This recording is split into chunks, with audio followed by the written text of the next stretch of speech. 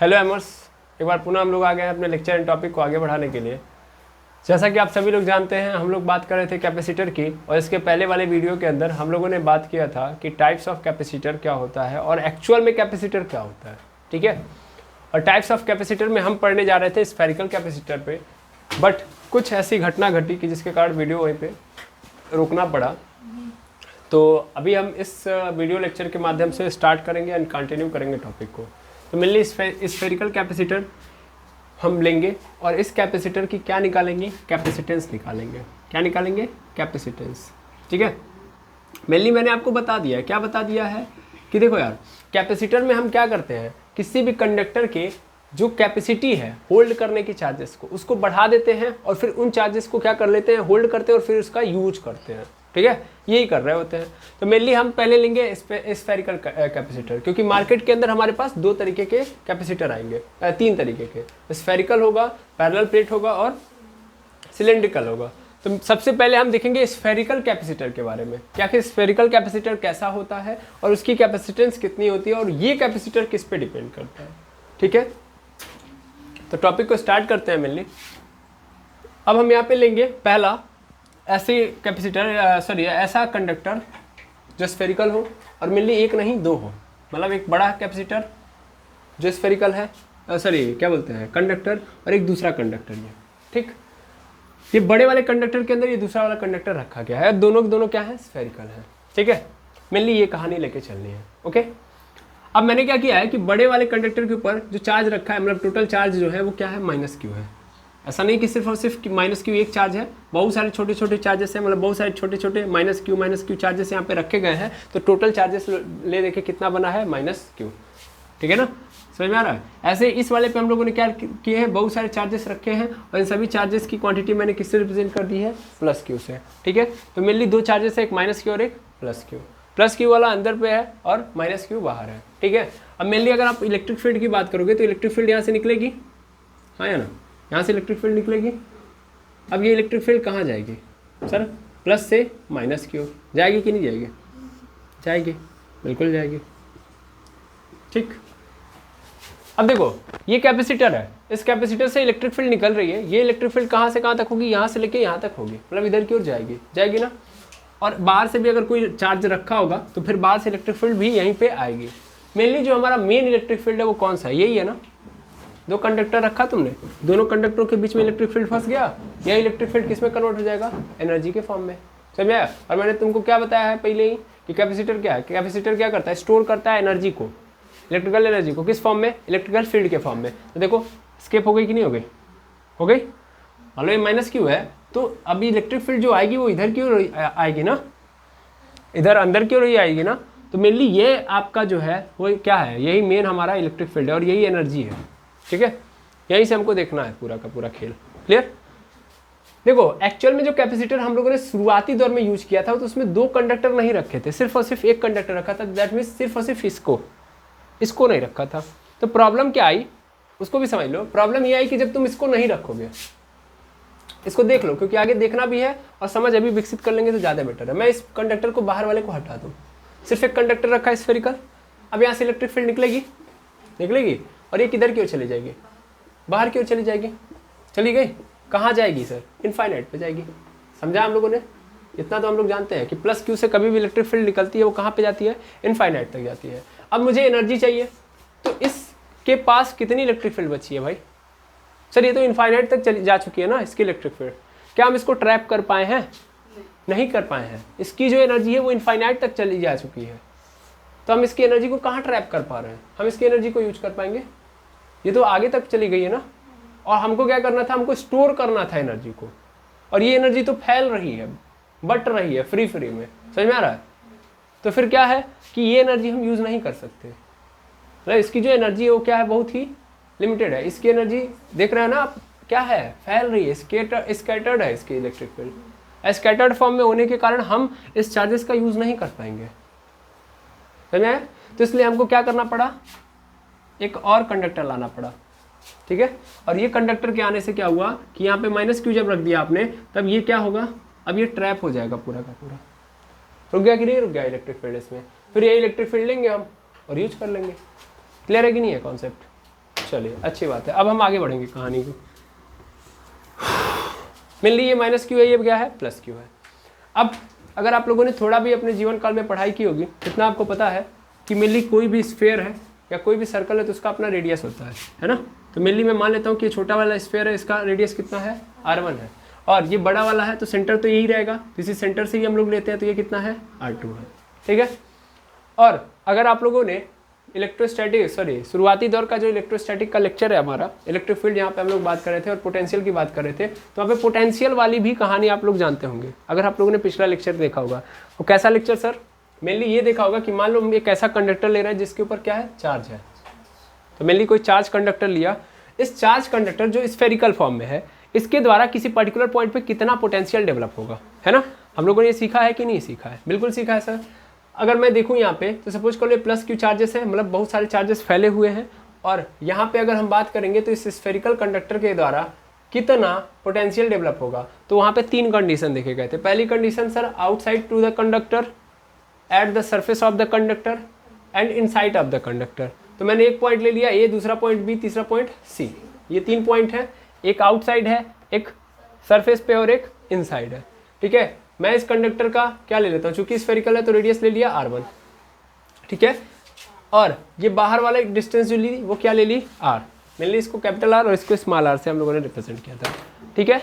अब मैं कहानी में आगे बढ़ाऊँ इस चीज़ को, मतलब इसका क्रम आगे बढ़ाऊँ, तो मेनली हम लोगों ने देखा था कि अगर मैं सरफेस पे आउटसाइड देखूंगा तो आउटसाइड कितना होगा, तो सर आउटसाइड जो होगा वो होगा के क्यू अपॉन r, यही होगा।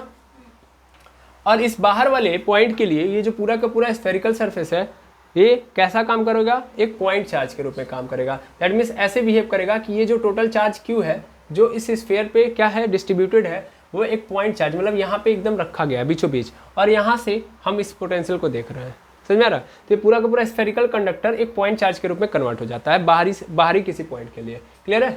सॉरी स्मॉल r रहेगा, ठीक है, क्लियर है, हाँ या ना। उसके बाद हम एट द सरफेस पे आए, सरफेस मतलब वी देखें तो क्या होगा, तो के क्यू अपॉन आर हो जाता है ना। ये सरफेस पे भी ये पॉइंट चार्ज की तरह बिहेव करता है। और हम जब अंदर जाते हैं तो हम लोगों ने ये देखा है कि वी सी जो होगा वो क्या हो जाएगा, तो K Q upon R, that means V B और वी सी क्या हो गए बराबर, यानी सरफेस पे जो पोटेंशियल होता है वही अंदर भी पोटेंशियल होता है। क्लियर है, हाँ या ना। क्यों? क्योंकि जो इलेक्ट्रिक फील्ड होती है अंदर, इलेक्ट्रिक फील्ड जो होती है वो क्या होती है 0, इसलिए पोटेंशियल क्या होता है कांस्टेंट। तो इतनी बेसिक बात तो आपको पता ही होगी, ठीक है। यहाँ पे कुछ और नहीं करना है, यहाँ पे भी वही करना है, ठीक है। मेनली हम क्या करेंगे, हम थोड़ा सा अपना दिमाग लगाएंगे और कुछ ज़्यादा करेंगे नहीं। मेनली क्या करेंगे, सबसे पहला हमको पता है कि देखो यहाँ से लेके यहाँ तक R2 है, यहाँ से लेके यहाँ तक R1 है ना। तो मैं इस पॉइंट को मान लेता हूँ V1, इस पॉइंट को मतलब छोटका वाले जो स्फेयर है उसके सरफेस पे मैंने एक पॉइंट मान लिया V1, और दूसरा एक पॉइंट है यहाँ पे देखो ये वाला पॉइंट है, इसको मान लिया क्या V2। अब मैं कुछ और नहीं करूँगा, सबसे पहला V1 और V2 की वैल्यू निकालूंगा। मैं एक्चुअल में क्या करने जा रहा हूँ समझ में आ रहा है ना, मैं कैपेसिटर की इस कैपेसिटर की कि जब वो स्फेरिकल है तो उस कंडीशन में उसके पास कैपेसिटेंस कितना है वो देखने जा रहा हूँ। क्लियर है? एनर्जी कितनी है वो देखूंगा मैं, ये सब देखने जा रहा हूँ मैं। यानी एक कैपेसिटर लूंगा, स्फेरिकल कैपेसिटर ले लिया, इसके बाद पैरेलल प्लेट कैपेसिटर लूंगा, इसके बाद सिलेंड्रिकल कैपेसिटर लूंगा। तो हर बार मैं देखूंगा क्या, यही तो देखूंगा कि कैपेसिटेंस कितना है इसके पास, इस कैपेसिटर के पास, और एनर्जी कितनी स्टोर कर पा रहा है। ठीक है, क्लियर है, कॉन्सेप्ट क्लियर होना चाहिए। ठीक है, अब मैं कहानी को आगे बढ़ाऊँ मेनली, तो ये बात याद रखेंगे तो ज़्यादा मजा आएगा। ठीक है, सबसे पहला काम हम ये करेंगे कि हम V1 निकालेंगे। एक काम करते हैं, इसी सर्कल में हम निकाल लेते हैं। ठीक है, जगह तो है, फिर आगे जाके इसको समझा देंगे। तो सबसे पहले हम V1 निकालते हैं। V1 निकालेंगे तो V1 क्या होगा, मतलब इस पॉइंट पे हम पोटेंशियल देख रहे हैं, इस पॉइंट पे हम पोटेंशियल देखेंगे तो इस पॉइंट पे दो पोटेंशियल आएंगे सर, क्योंकि दो चार्जेस डेवलप करेंगे, एक तो ये वाला माइनस क्यू वाला, एक प्लस क्यू वाला। यस और नो? प्लस क्यू के लिए देखा जाए तो प्लस क्यू के अनुसार तो ये सरफेस पे है उसके, तो पोटेंशियल कितना होगा फटाफट बताइए सर। वो हो जाएगा के क्यू अपॉन कैपिटल R1 हो जाएगा, हो जाएगा। और माइनस क्यू के लिए देखा जाता सर अभी भी वही होगा, क्योंकि देखो बाहर है अंदर है, मेनली ध्यान से समझना। इस माइनस क्यू के लिए ये जो पॉइंट है वो क्या है, वो क्या है, बाहर है कि अंदर है, अंदर है ना।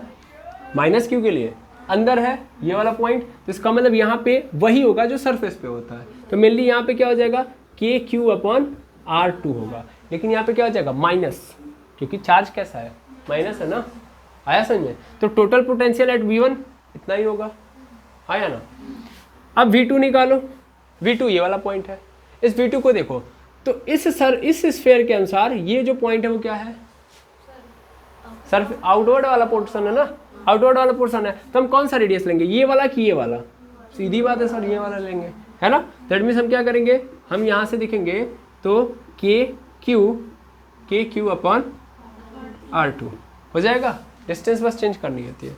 फिर अगर हम इसके अनुसार चलें, किसके अनुसार, बड़े वाले सर्कल, मतलब इस पॉइंट पे आएंगे बड़े वाले सर्कल के अनुसार देखेंगे, तो उसके लिए तो सरफेस पे है ना, जो बड़ा स्फेयर है तो उसके लिए सरफेस पे है, और सरफेस पे दैट मीन्स क्या लिखूंगा मैं यहाँ पे के क्यू अपॉन R2 की R1 जल्दी बताइए, R2 होगा, हाँ क्लियर बोलिए, क्लियर है, बिल्कुल क्लियर रहिए। पहले मेनली V1 V2 पहले हम एक बार चाहेंगे एक्सप्लेन करना, क्योंकि हमने जो किया है बहुत बड़ा काम है, ठीक है, बड़े अच्छे से देखिएगा। V1 मतलब ये वाला पॉइंट, इस पॉइंट पे दो लोगों का इन्फ्लुएंस होगा, एक तो इनका एक तो इनका, ठीक है। इनके लिए सरफेस का चार्ज है, तो सरफेस पे अगर है कोई तो ये रहता है पोर्शन, कहाँ गया, ये वाला पोर्शन होता है के क्यू अपॉन R, है ना। तो जो रेडियस है इसका वही यूज करेंगे। इसके लिए क्या है, इनसाइड पॉइंट है, तो इनसाइड वाला और सरफेस वाला बात एक ही है ना। तो मेनली यहाँ पे हम क्या रखेंगे, इसके लिए इनसाइड है तो ऐसा नहीं करेंगे कि हम इसका रेडियस लेंगे, रेडियस तो इसी का रहेगा बड़े वाले का, लेकिन बस वो इनसाइड वाला पॉइंट है क्योंकि इसके लिए अंदर है और जो इसके सरफेस पे होगा वही इसके अंदर भी होगा, तो मेनली यही सही है, ठीक है ना, के क्यू अपॉन R2। V2 लिए तो V2 मतलब ये वाला पोर्शन, इस पोर्शन को हम देखेंगे, इस पॉइंट पे देखेंगे तो दो लोगों का इन्फ्लुएंस है, एक तो प्लस वाले का एक तो माइनस वाले के लिए। माइनस क्यू के लिए ये सरफेस का चार्ज है, तो सरफेस के लिए हम लोगों ने क्या यूज किया, के क्यू अपॉन R2। और इसके लिए देखोगे, किसके लिए देखोगे, इस छोटका सर्कल के लिए या स्फीयर के लिए, तो इसके लिए क्या है, ये इसके लिए ये आउटवर्ड वाला पॉइंट है, तो आउटवर्ड मतलब यहाँ से यहाँ तक का पूरा डिस्टेंस लेंगे ना हम लोग, यहाँ से यहाँ तक पूरा डिस्टेंस है R2, तो R2 ले लिया, के क्यू अपन R2 माइनस के क्यू अपन R2, क्लियर है, कैंसिल आउट हो गया, हाँ या ना, क्लियर, यहाँ से डायरेक्ट कर दिया हम लोगों ने।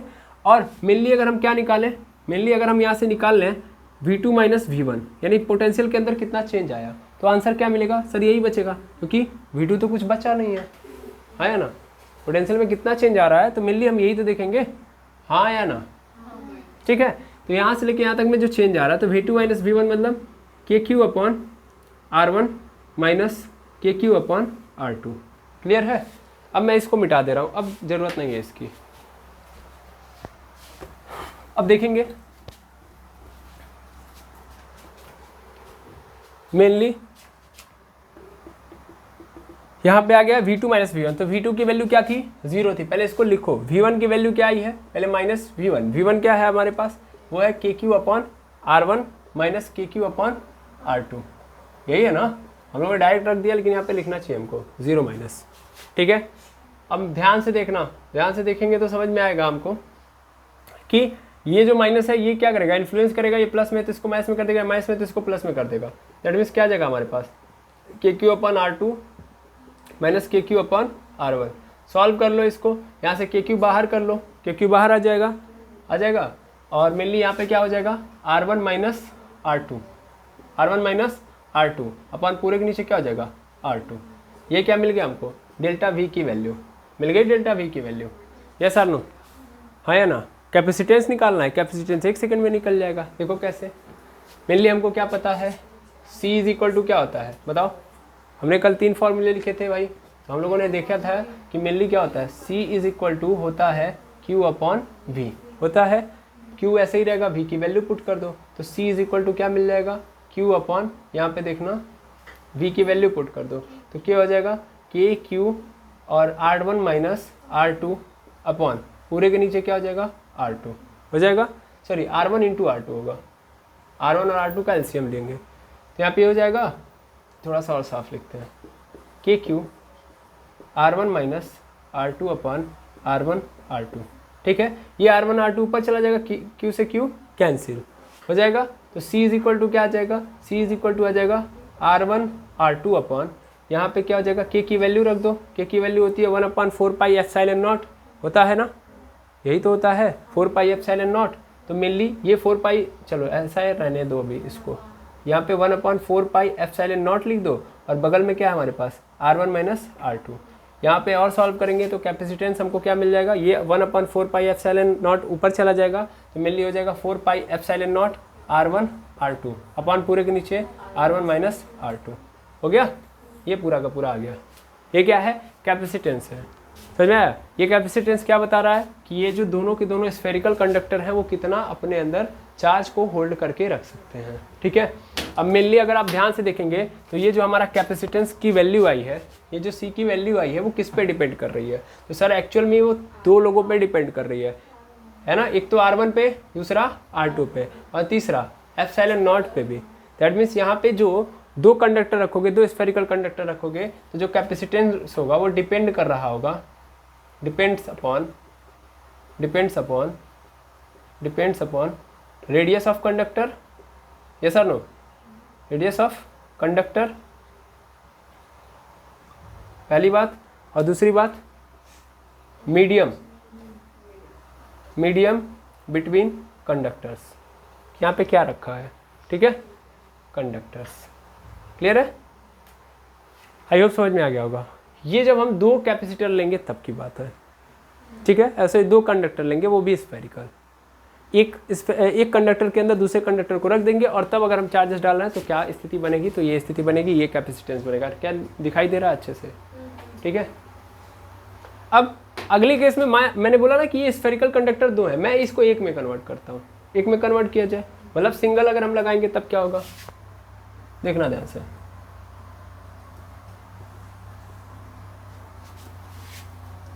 तो मेरे लिए कॉन्सेप्ट समझो ज़्यादा बेटर है। इस पूरे को मैंने मिटा दिया, सिर्फ यहाँ तक रखा हम लोगों ने। तो मेरे पास ये कंडक्टर था, इसके ऊपर कैसा चार्ज था, प्लस क्यू चार्ज था प्लस क्यू चार्ज, जिसका रेडियस क्या था, R1 था। और दूसरा क्या था, दूसरा एक और था कंडक्टर, वो R2 डिस्टेंस पे था, जिसका माइनस क्यू था। क्लियर है।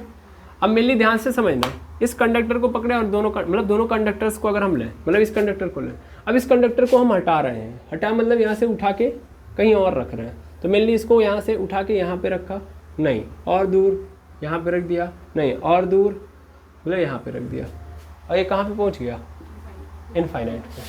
समझ में आ रहा है, समझ में आ रहा है।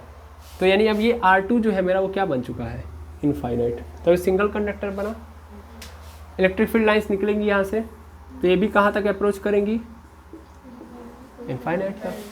क्लियर है कि नहीं है, ठीक है। और जब ये इनफाइनाइट तक जाएंगी तो बेचारे स्टोर करने में क्या होंगी, दिक्कत होंगी। तो स्फेरिकल कंडक्टर में थोड़ी सी प्रॉब्लम यही है, ठीक है। तो मेनली अगर ये कहाँ चली जाती हैं, इनफाइनाइट तक, तो ऐसा नहीं कि चार्जेस को होल्ड नहीं करेंगी, कर सकती है ना, 100% करेंगी सर, क्यों नहीं चार्जेस को होल्ड करेंगी। कंडक्टर के ऊपर चार्ज ला के रखूँगा, नहीं कंडक्टर रखेगा, चार्ज तो रखेगा। मैंने ये बोला कि ये एनर्जी को उस तरीके से स्टोर नहीं कर सकती, इनकी एनर्जी को स्टोर करने की जो कैपेसिटी है वो क्या है, कम है। देखो कैसे, मेनली R2 क्या हो गया आपका, इनफाइनाइट। इसी फॉर्मूले में R2 की जगह पे आपको क्या पुट कर देना है, इनफाइनाइट। इनफाइनाइट पुट कर दो, काम खत्म। मेनली हमारे पास क्या होता है, C is equal to 4 pi epsilon naught R1 R2। देखिए मैं चाहूँ तो इसको अकेले भी कर सकता हूँ, मतलब एक के लिए भी बता सकता हूँ, बशर्ते मैं चाहूँगा कि इसी फॉर्मूले से आप निकाल लें। तो यहाँ पे R1 क्या है, R1 इंटू R2, यही आया है। R2 की जगह पे क्या कर देना है, ये R1 माइनस R2 है, सॉरी, यहाँ पे आपको R2 की जगह पे इनफाइनाइट पुट करना है, यहाँ और यहाँ पे, ठीक है। अगर मैं पुट करूँगा तो क्या मिल जाएगा मुझे, C is equal to 4 pi epsilon naught, चूँकि R2 वहाँ से खत्म, केवल और केवल बचेगा R1, और पूरे के नीचे भी क्या बचेगा, R1, ठीक है। क्लियर है। अच्छा, किसी को ऐसा शक नहीं हो रहा है कि यहाँ पे ऐसा नहीं होगा, इनफाइनाइट पुट करोगे गेम ओवर, R2 खत्म, तो मेरे पास यही बचा। तो जब एक ही रेडियस है तो इसको अलग अलग रखेंगे हम लोग, नहीं रखेंगे। फिर हम यहाँ पे क्या कह देंगे, मतलब हम यहाँ पे खत्म ना, मतलब R1 हटा देंगे, R बचेगा, R से R cancel, C is equal to क्या गया, 4 पाई एप्सिलॉन नॉट, ठीक है ना। और ऐसा कर दिए, बात खत्म, घर चलते हैं। प्रॉब्लम क्या है, जहाँ पूछना चाहिए वहाँ पूछेंगे नहीं, हम कहेंगे हाँ हो जाएगा, फिर बाद में हमारे ऊपर ब्लेम डाल देंगे आप लोग। अरे भाई R2 इनफाइनाइट किया तो खत्म है कहानी। तो वो आप लोग क्या होता है, मेनली ध्यान से समझिएगा।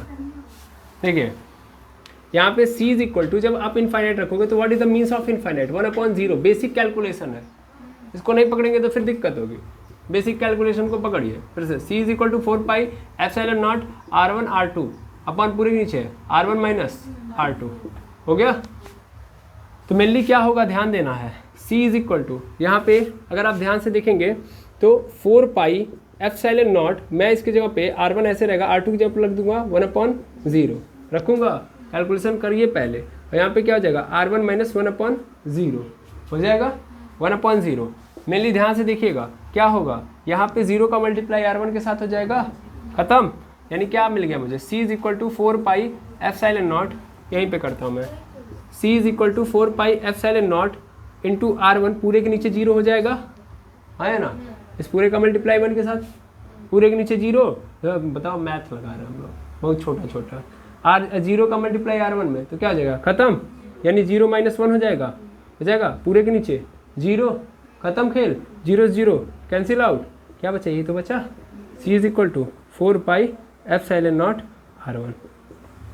क्लियर है, अब समझ में आया समझ में। और जब R1 आया तो इसका मतलब ये डायरेक्ट R लिखो ना भाई, 2 रेडियस तो है नहीं, इसका मतलब c की वैल्यू क्या गई 4 epsilon not R। I hope समझ में आया होगा कि कैसे आया ये, ठीक है। तो जब आप दूसरे कंडक्टर को हटा दोगे तो फिर उस कंडीशन में जो कैपेसिटेंस बनेगा वो ये बनेगा, ठीक है ना, कैपेसिटेंस ये बन जाएगा। अब मेनली मैं आपसे क्वेश्चन पूछूं कि ये बताओ कैपेसिटेंस यहाँ पे ज़्यादा है कि वहाँ पे ज़्यादा है, दोनों में फ़र्क बताओ हमको, यहाँ पे ज़्यादा है कि यहाँ पे ज़्यादा है। यहाँ पे देखो ध्यान से देखना भाई, बहुत ज़रूरी है समझना।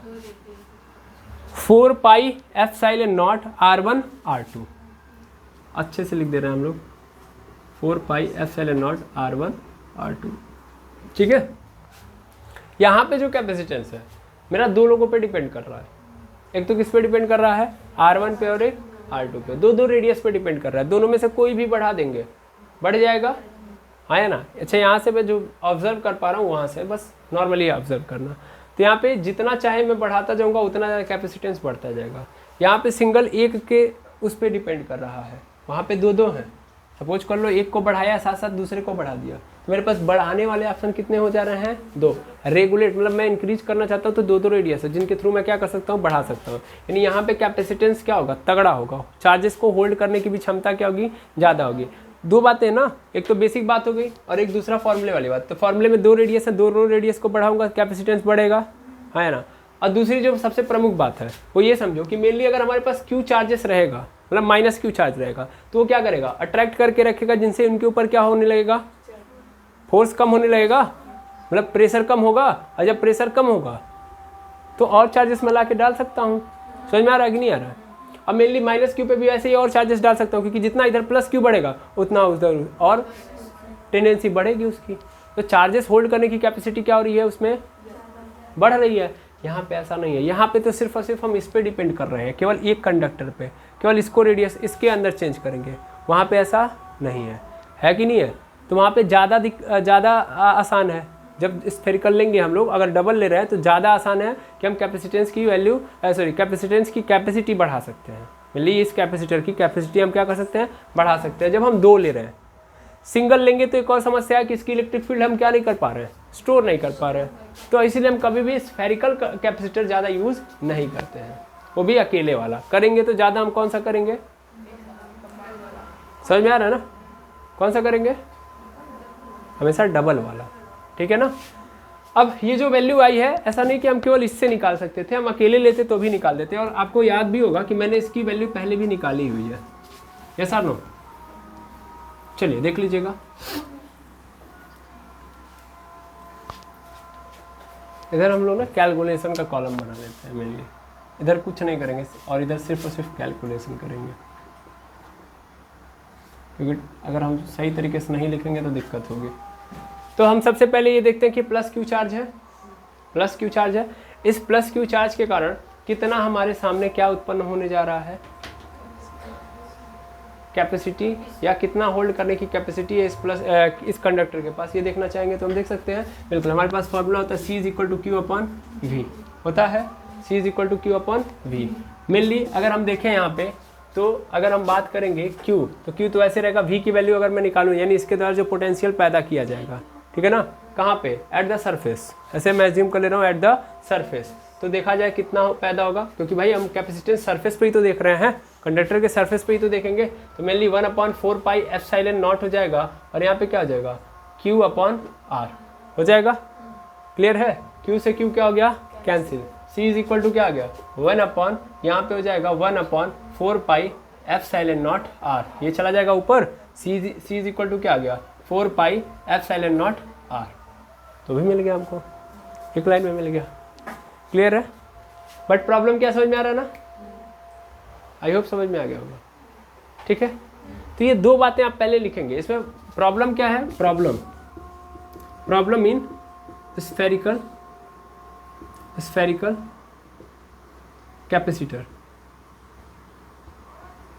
क्या प्रॉब्लम है, सबसे पहली प्रॉब्लम पहली बताइए, इलेक्ट्रिक फील्ड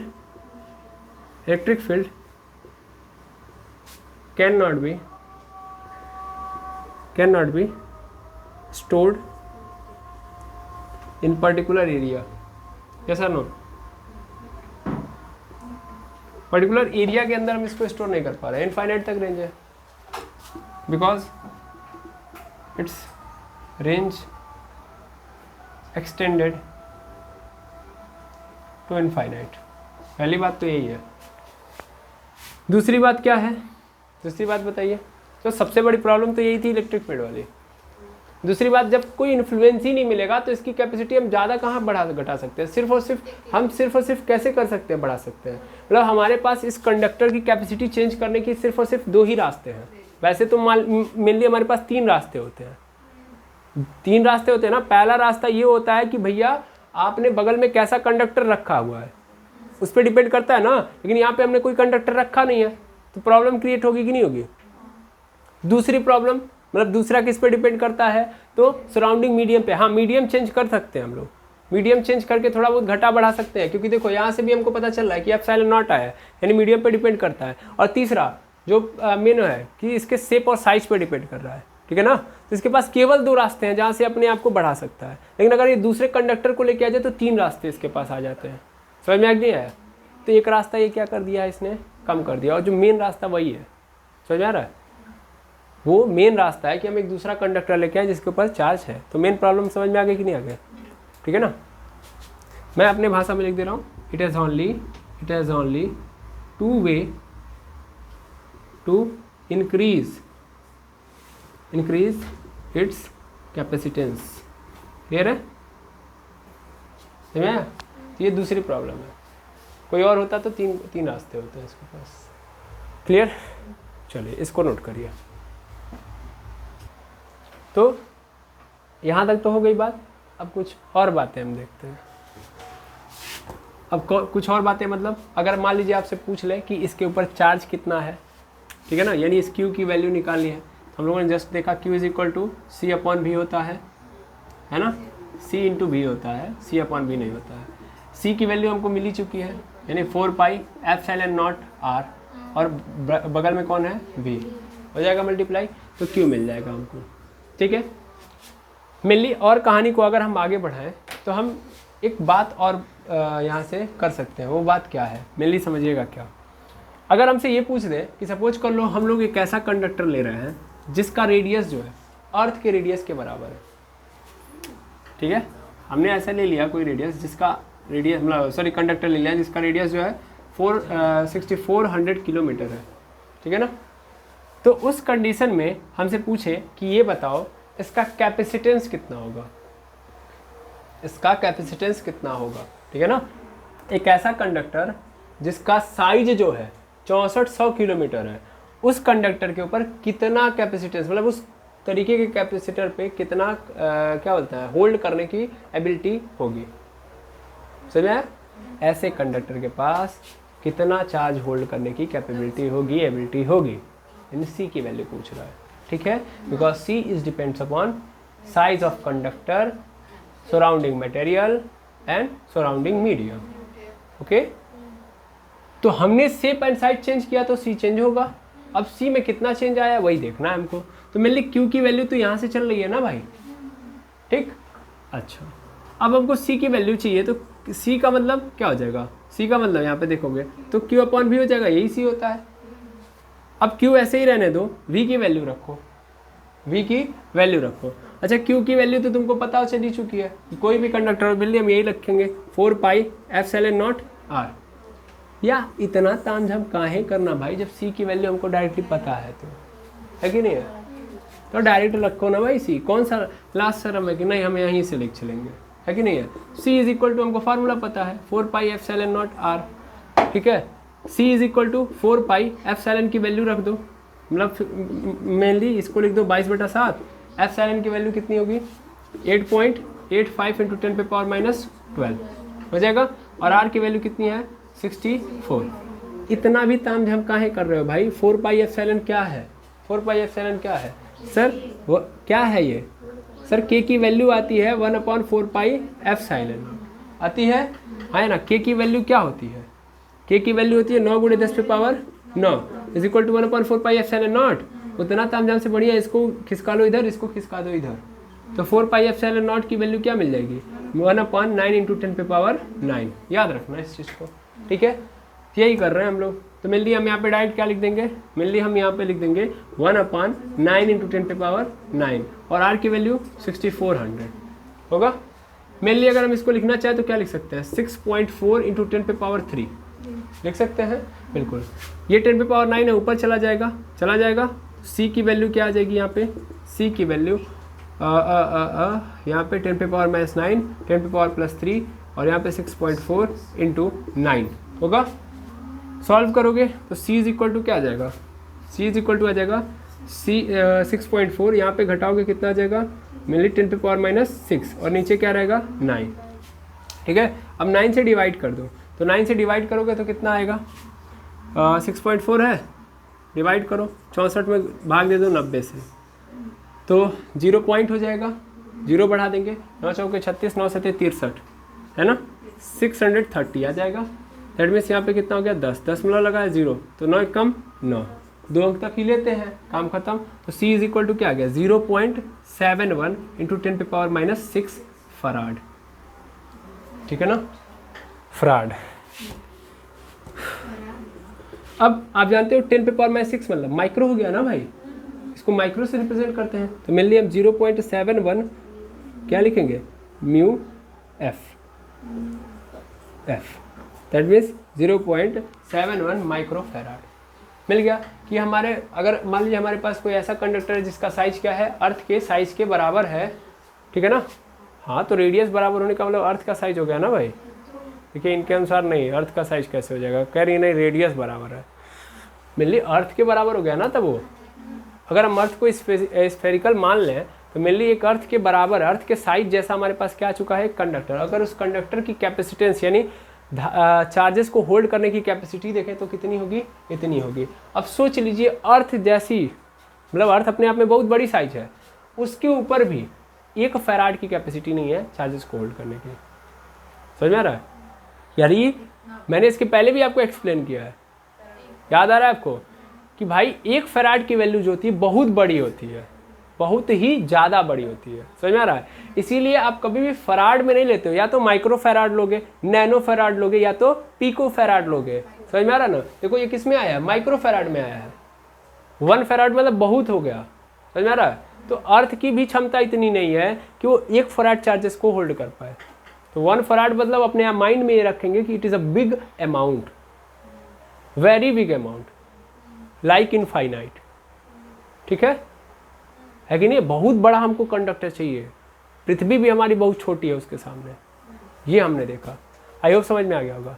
ये बस फील लेने के लिए मैंने यहाँ पे रखा था आपको, ठीक है, ताकि याद रखेंगे कि कभी भी फराड जो आएगा वो अकेले नहीं आएगा।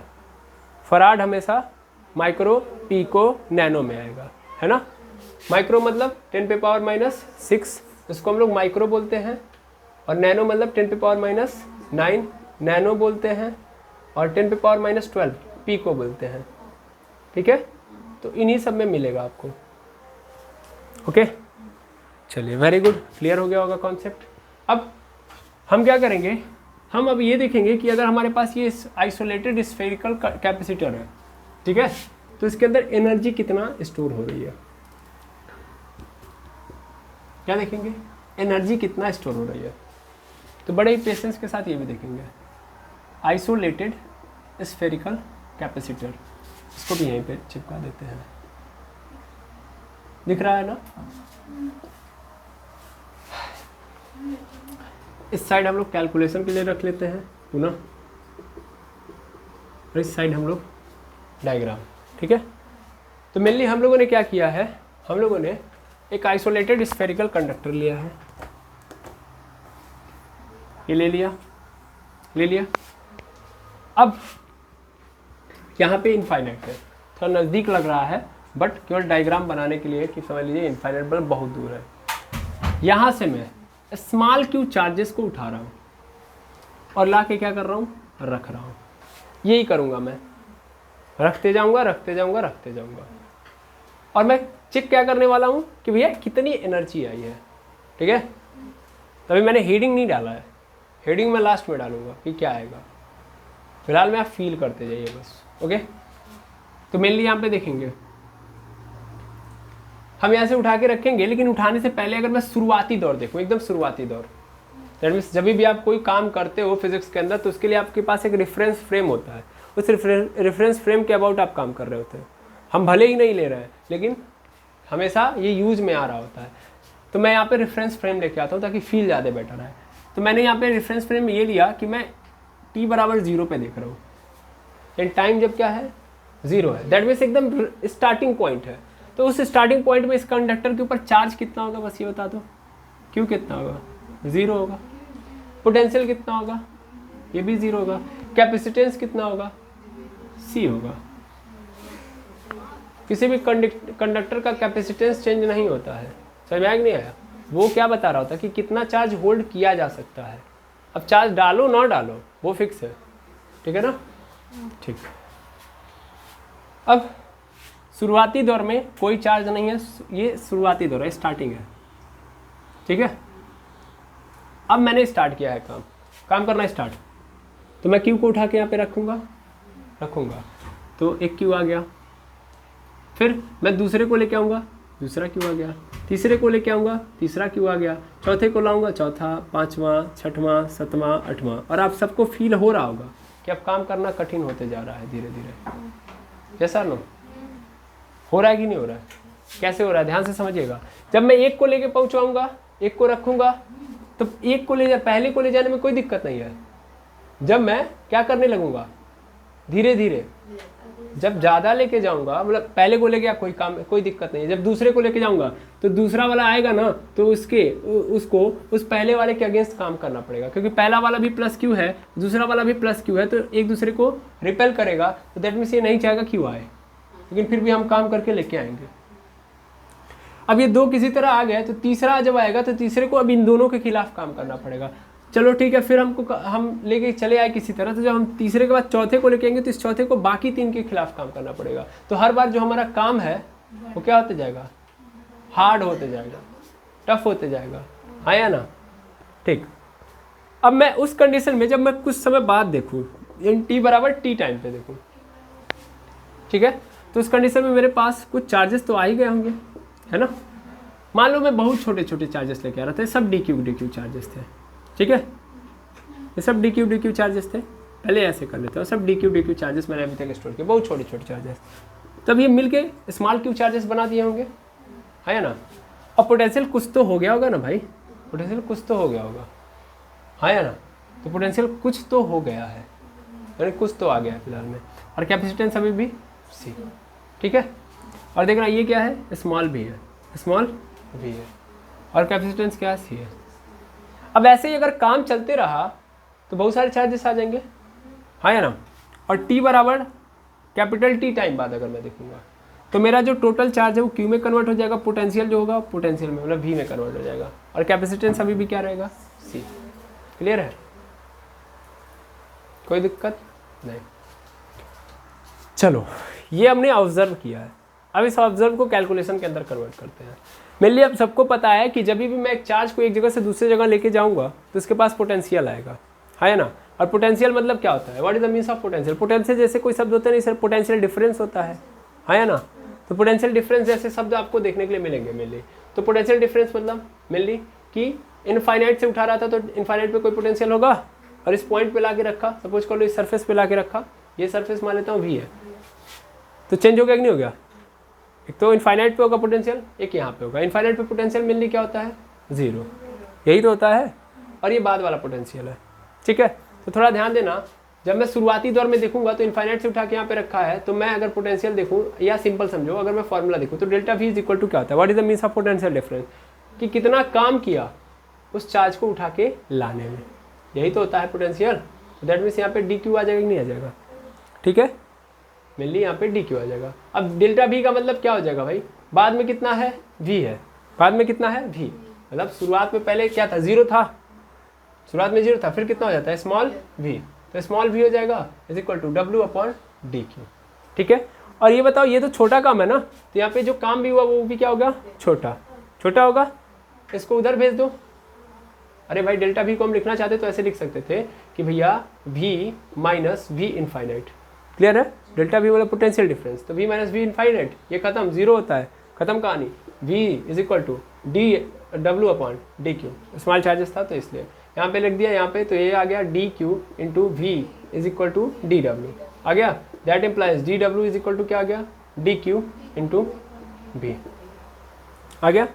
लेकिन ये जो काम है ये क्या है, छोटा काम है, हमने बहुत बड़ा काम किया भाई, ये तो छोटे छोटे चार्जेस का काम दिखाया गया, हमने तो बहुत काम किया है। हम लोग तो यहाँ से स्टार्ट किए और कहाँ तक पहुँचे हैं, यहाँ तक, हाँ या ना, क्या फील आ रहा है जो मैं बोल रहा हूँ भाई। हम जीरो चार्ज था, जीरो से काम किए, प्लस क्यू चार्ज तक लेके आए, बड़ा वाला क्यू लेके आ गए हैं हम इस कंडक्टर के ऊपर, है ना। अंततः हम लोगों ने जब टी टाइम तक देखा तो हमने कितना चार्ज इस पूरे के अंदर रख दिया, इतना, अब इससे ज़्यादा नहीं आ सकता, काम हार्ड होते चला गया, तो एक समय के बाद हमने रोक दिया, इससे ज़्यादा नहीं कर सकते। पोटेंशियल उस कंडीशन में क्या हो गया, कैपिटल वी हो गया, ठीक है। अब मुझे भी पता है कि ये छोटा छोटा काम, ऐसे बने बहुत बड़े काम किए हैं, तो इसलिए मुझे क्या करना पड़ेगा, इन छोटे छोटे कामों को ऐड करना पड़ेगा, तो इंटीग्रेशन कर दूंगा मैं, कर दिया integration, integration is equal to इधर भी integration D Q into V होगा। अब यहाँ पे अगर मैं लिखूँ इसको तो ध्यान देना क्या होगा, ये कहाँ से कहाँ तक मैंने किया है, जीरो से क्यू तक किया है, क्यू तक किया है भाई, जीरो चार्ज था क्यू चार्ज तक लगा दिया हूँ मैं। अब मुझे दिख रहा है यहाँ पे डी क्यू है, यहाँ पे क्या है, वी, इसको हटाना पड़ेगा ना भाई, वी को किस में कन्वर्ट करना पड़ेगा, चार्ज के अंदर।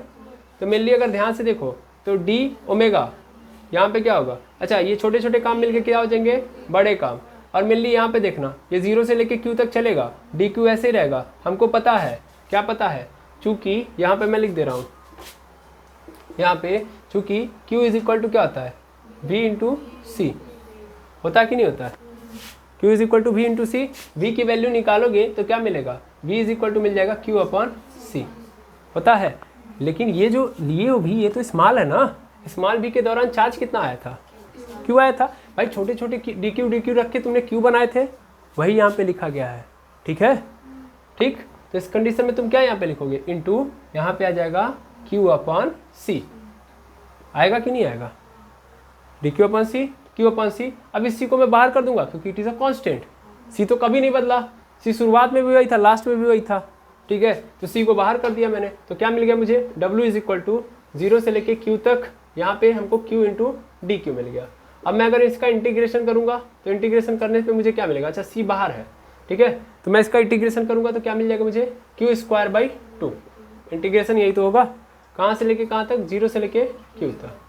अब कई लोग के मन में चला होगा ये कैसे, है ना, इंटीग्रेशन आया कि नहीं आया, इंटीग्रेशन में क्या होता है कि यहाँ पे जो टर्म है वही टर्म यहाँ पे होना चाहिए, उसके साथ साथ जो पावर है, अगर इसके ऊपर पावर 1 है तो ये पावर जुड़ जाएगी एक और, यानी एक और प्लस हो गई, 2 हो गई, और 2 वही क्या हो जाता है नीचे, ठीक है। हाँ, अब देखेंगे, अब क्या करेंगे हम लोग, एक बार अपर लिमिट एक बार लोअर लिमिट, तो 1/c ऐसे ही रहेगा, एक बार अपर लिमिट लिख लो, अच्छा 2 को बाहर कर लो, 2 को बाहर कर लो, अपर लिमिट रखोगे तो क्या आ जाएगा यहाँ पे, अपर लिमिट मतलब क्यू स्क्वायर, अच्छा 2 को अभी रहने दो, अच्छा लगेगा, तो यहाँ पे Q स्क्वायर बाई 2 माइनस यहाँ पे फिर लोअर लिमिट यानी 0 स्क्वायर बाई 2, ये खत्म, क्या बचा, यही बचा। That means W is equal to क्या आ जाएगा, क्यू स्क्वायर बाई 2c। और यही जो क्यू स्क्वायर बाई 2c है that is the delta U, है ना। बिकॉज वी नो दैट जितना काम किया जाता है वो टोटल किस में कन्वर्ट होता है, change in energy. Work energy theorem में हम लोगों ने पढ़ा है, ठीक है ना, by work energy theorem W is equal to delta U. Clear है, delta U, W is equal to delta U आ गया, यानी W की वैल्यू रख दो तो delta U is equal to क्या मिल गया मुझे, क्यू स्क्वायर बाई 2c। मिल गया कि नहीं मिल गया। तो इतनी एनर्जी आएगी, ठीक है ना, यानी इतनी एनर्जी यहाँ पे इन्वेस्ट हुई है इतना काम करने में। तो यही एनर्जी क्या होगी उसके पास क्या होगी, स्टोर होगी। भाई तुमने एनर्जी जो लगाई है वो एनर्जी किसके पास जाके, इस कंडक्टर के पास। ये दिखा रहा है कि तुमने ये जो काम किया है ना जीरो से क्यू चार्जेस तक लाने के लिए कितनी एनर्जी तुमको देनी पड़ेगी, इतनी एनर्जी। और यही एनर्जी जाके किस में स्टोर होगी, इस कंडक्टर के अंदर। क्लियर है, यानी ये एनर्जी आ गई। आई होप क्लियर हो गया होगा कॉन्सेप्ट, ठीक है। बट प्रॉब्लम है इसके अंदर, प्रॉब्लम क्या है समझ में आ रहा है ना, एनर्जी तो स्टोर हुई है बट प्रॉब्लम क्या है, अभी और भी हम कर सकते थे, अभी और भी चार्जेस बढ़ा सकते थे। थोड़ा ध्यान देना, ये यू डिपेंड कर रहा है इस क्यू पे, ठीक है। इसको मैं अब चेंज नहीं कर सकता, प्रॉब्लम है। क्या चेंज कर सकता हूँ, अब चेंज करने के लिए सिर्फ दो रास्ते हैं मेरे पास, या तो मैं शेप चेंज कर दूँ, शेप चेंज करूँ तब ये क्यू चेंज होगा, क्योंकि देखो क्यू बढ़ेगा तो ही यू बढ़ेगा, समझ में आ रहा है, यानी एनर्जी बढ़ेगी। अब सी जो है, सी भी उसके साथ बढ़ेगा ना। देखो वो कहानी मत, इस पे मत आना, सी कांस्टेंट होता है, क्यू के अनुसार चल रहा है ये। क्यू बढ़ाओगे एनर्जी बढ़ेगी, क्यू बढ़ाओगे एनर्जी बढ़ेगी, क्यू बढ़ाओगे एनर्जी बढ़ेगी। और क्यू की कैपेसिटी कहाँ है, क्यू की कैपेसिटी तभी बढ़ सकती है या तो मैं साइज बढ़ाऊँ या तो दूसरा मटेरियल मीडियम ला के रखूँ, है ना। लेकिन यार वहाँ से काम थोड़ी ना बनेगा, हम अगर एक और प्लेट लगा दें तो दोनों काम नहीं करने पड़ेंगे। इसी कंडक्टर के थ्रू हम और ज़्यादा क्या लगा सकते हैं, और क्या कर सकते हैं, और चार्जेस डाल सकते हैं, जिससे एनर्जी और स्टोर हो जाएगी। क्या क्लियर हो गया कॉन्सेप्ट। तो इसीलिए हम इसको नहीं यूज करेंगे, बहुत कम यूज करते हैं। हम यूज करेंगे अगले वाले को। अगले वाले का क्या नाम है, parallel plate capacitor. I hope यहाँ तक का पूरा कॉन्सेप्ट क्लियर होगा, ठीक है। इसको नोट करिए। चलिए ये आप लोगों ने नोट कर लिया होगा। अब थोड़ा सा और बातें यहाँ पे करके इस टॉपिक को यहीं पे विराम देते हैं, फिर हम नेक्स्ट वाले के पास पहुँचेंगे। तो सबसे पहली बात आप लोगों ने देखा कि भैया जो एनर्जी हो रही है, मतलब स्टोर हो रही है, वो कुछ ये हो रही है कि Q square upon 2c। Mainly हम जानते हैं कि c इज इक्वल टू क्या होता है, 4 पाई एप्सिलॉन नॉट r। इसको भी पुट कर दो तो delta u is equal to Q square upon 4 pi, मतलब दैट मीन्स 2 चौके 8 हो जाएगा, 8 पाई एप्सिलॉन नॉट r। एक तो ये हो गया, एक तो ये हो जाएगा। दूसरा देखना, दूसरा इस c की वैल्यू रख दो ना, c की वैल्यू, दैट मीन्स c की वैल्यू अगर देखोगे तो क्या आएगी, मेनली c की वैल्यू हम लोग निकालते हैं तो c इज इक्वल टू क्या होता है, q अपॉन v होता है। इसको पुट कर दो यहाँ पे। जब हम यहाँ पे पुट कर देंगे तो मेनली क्या होगा, ध्यान देना, delta u is equal to Q square upon 2, और यहाँ पे हो जाएगा q अपॉन v। q से ये q कैंसिल हो जाएगा, यहाँ पे चला जाएगा। तो delta u is equal to क्या मिलेगा हमको, delta u is equal to मिल गया हाफ q इंटू v। मिल गया कि नहीं मिल गया, q इंटू v मिल गया। क्या सर नो, और भी कुछ रख सकते हैं इसके, यहाँ पे कुछ और रखने जैसा है। यहाँ पे q को ही अगर चाहो अलग कर दो, जैसे अब q को हटा दो। अभी तक क्या आया है, qc qr और यहाँ पे q भी आ गया। अभी हम क्या करेंगे, चेंज कर देंगे, q को भी हटा देंगे। तो मेनली q को अगर हम हटा दें तो delta u is equal to क्या होगा, q की वैल्यू रखो, q is equal to v into C होता है, हाँ या ना। तो यहाँ पे क्या हो जाएगा, यहाँ पे हो जाएगा v स्क्वायर c, ये हो जाएगा नहीं हो जाएगा, यानी ये आ जाएगा cv स्क्वायर। तो डेल्टा u की वैल्यू ये आ गई, ठीक है। और यहाँ पे क्या रहेगा, हाफ यहाँ पे लगा रहेगा, तो हाफ cv स्क्वायर, ठीक है। कुछ ये कहानी बन गई। तो मेनली आपको ध्यान से देखना है, क्या देखना है, क्या देखना है। अगर इस पूरे कहानी को अगर आप समझ पाएंगे तो यहाँ पे आप ये समझ पाएंगे कि हमारे पास कई सारे फॉर्मूले यहाँ से बन जाते हैं, ठीक है ना। किसके लिए, स्फेरिकल कैपेसिटर के लिए, अगर वो आइसोलेटेड है तो। ठीक है, कई सारे बन गए, QC, QR, QV, है ना, और चौथे नंबर पे क्या रहा, CV स्क्वायर। क्लियर है। अब थोड़ा और आगे बढ़े तो मेनली हम चाहें तो ऐसे ग्राफ प्लॉट कर सकते हैं, ये बताइए। चलिए, ग्राफ प्लॉट करने के लिए हम आगे बताएंगे जब पैरेलल प्लेट बताएंगे। ठीक है, अभी फिलहाल में इसको हम खत्म करके पैरेलल प्लेट पे पहुंचते हैं। फॉर्मूला याद रखिएगा, आगे पढ़ना है इसको। ये सभी के सभी फॉर्मूले फिर पैरेलल प्लेट में भी मिलेंगे, ज़्यादा कुछ चेंज तो होगा नहीं। ठीक है, तो मेनली पैरेलल प्लेट में हम फिर पुनः पढ़ेंगे। बस यहाँ पे देखिएगा कि डिसएडवांटेज क्या है। तो डिसएडवांटेज आपको बता चुका हूँ, एक बार और बता देता हूँ। डिसएडवांटेज आप यहाँ पे लिख देंगे कि भैया इसका वेरी लो कैपेसिटेंस होता है। ठीक है ना, कैपेसिटेंस क्या होता है, वेरी लो। क्यों होता है मैंने बता दिया, मीडियम आप ज़्यादा ऑप्शन नहीं है इसके आपके पास। और दूसरे नंबर पे एनर्जी बाउंडेड नहीं होती है ना, वेरी लो कैपेसिटेंस। ठीक है, और सबसे पहली बात एनर्जी नॉट बाउंडेड, है ना, एनर्जी नॉट बाउंडेड। क्लियर है, एनर्जी नॉट बाउंडेड। दो सबसे बड़े डिसएडवांटेज है, कैपेसिटेंस लो है, ये धारण करने की क्षमता बहुत कम है, और दूसरा एनर्जी बाउंडेड नहीं है। ठीक है, तो ये डिसएडवांटेज है। अब इसको हटाएंगे हम लोग, अब चलते हैं पैरेलल प्लेट पे। ठीक है, तो मेनली पैरेलल प्लेट में हम लोगों ने क्या किया, तो सबसे पहला काम तो यही किया कि ये जो स्फेरिकल कैपेसिटर था इसी को लिया, किसको लिया, इसी को लिया, इसी को चपटा कर दिया, चपटा करके एक प्लेट बना दी। ठीक है, तो पैरेलल प्लेट अभी नहीं बना है, अभी केवल एक प्लेट बनाई, एक प्लेट बनाई। ठीक है, ध्यान देना, एक प्लेट बना दी। सॉरी, स्फेरिकल को भी हटा दो, लिख दो हेडिंग पैरेलल प्लेट कैपेसिटर। ठीक है, देखा जाएगा। तो यहाँ पे सबसे पहले उसी कंडक्टर को लिया और उसको क्या कर दिया, पैरेलल बना दिया। उसके ऊपर कैसा चार्जेस था बताना, प्लस क्यू चार्जेस था। तो प्लस क्यू चार्जेस अभी भी रहेंगे कि नहीं रहेंगे, हाँ या ना, बताओ, रहेंगे बस।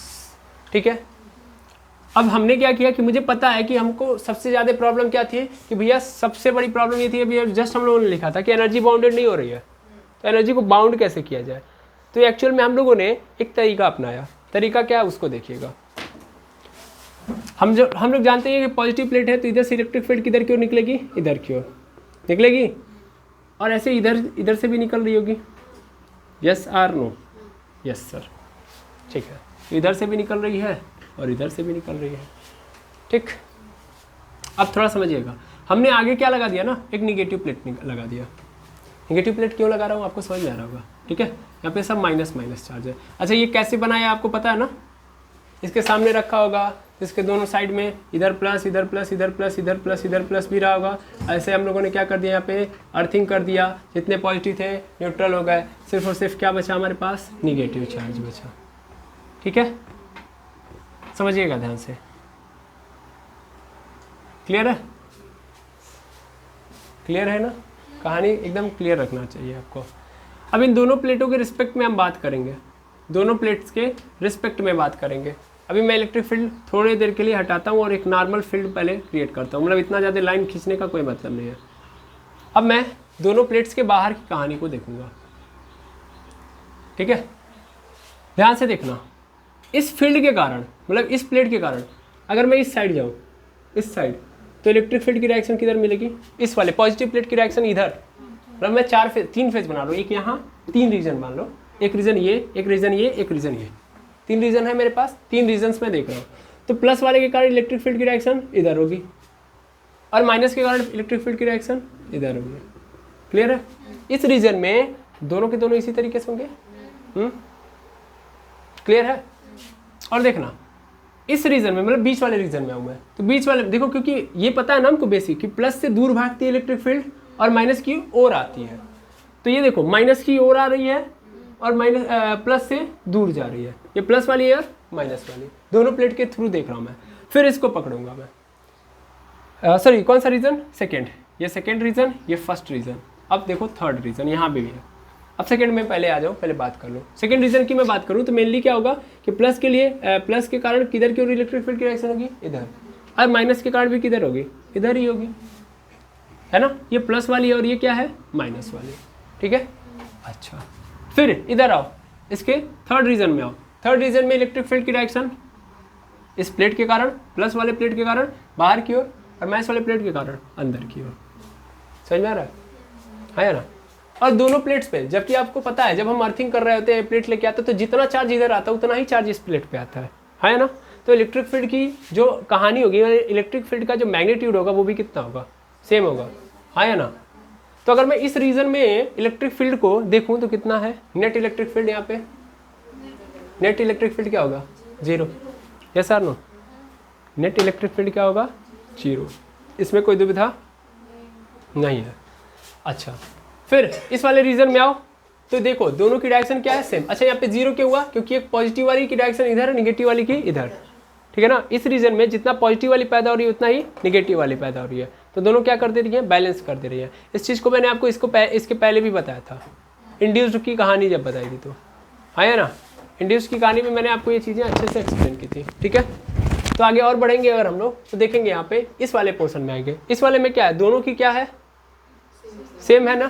तो यहाँ पे सेम है, that means E net is equal to not 0, है ना? क्योंकि सेम है। और ऐसे इधर आओगे, इधर क्या होगा, इधर भी ई नेट क्या हो जाएगा, 0। यानी थर्ड और फर्स्ट में इलेक्ट्रिक फील्ड है ही नहीं, थर्ड और फर्स्ट में इलेक्ट्रिक फील्ड है ही नहीं। सभी इलेक्ट्रिक फील्ड्स कहाँ पे है, बीच में। यही तो करना था, जो पहले भाग रही थी इलेक्ट्रिक फील्ड अब क्या हो गई, बाउंडेड हो गई, बंध गई इसमें। यही तो करने के लिए मैं लेके आया था दोनों प्लेटों को। क्यों 2 प्लेट लगाया, समझ में आया ना? कैसे मैंने बांध दिया एनर्जी को, क्लियर है? जो वहाँ पे समस्या चल रही थी अब समस्या दूर हो गई, इलेक्ट्रिक फील्ड बंध गई। तो आई होप समझ में आ गया होगा। अब आगे क्या करना, आगे तो आप सबको पता है कि आगे क्या होगा। आगे क्या होगा, पैरेलल प्लेट बना लिया, समझ लिया क्या कहानी है इसकी, क्यों पैरेलल प्लेट हम यूज़ करेंगे। तो पैरेलल प्लेट आपको सबसे ज़्यादा यूज़ में देखा जाएगा, मतलब मोस्टली यूज़ किए जाने वाला कैपेसिटर कौन सा है, तो पैरेलल प्लेट कैपेसिटर है, ठीक है?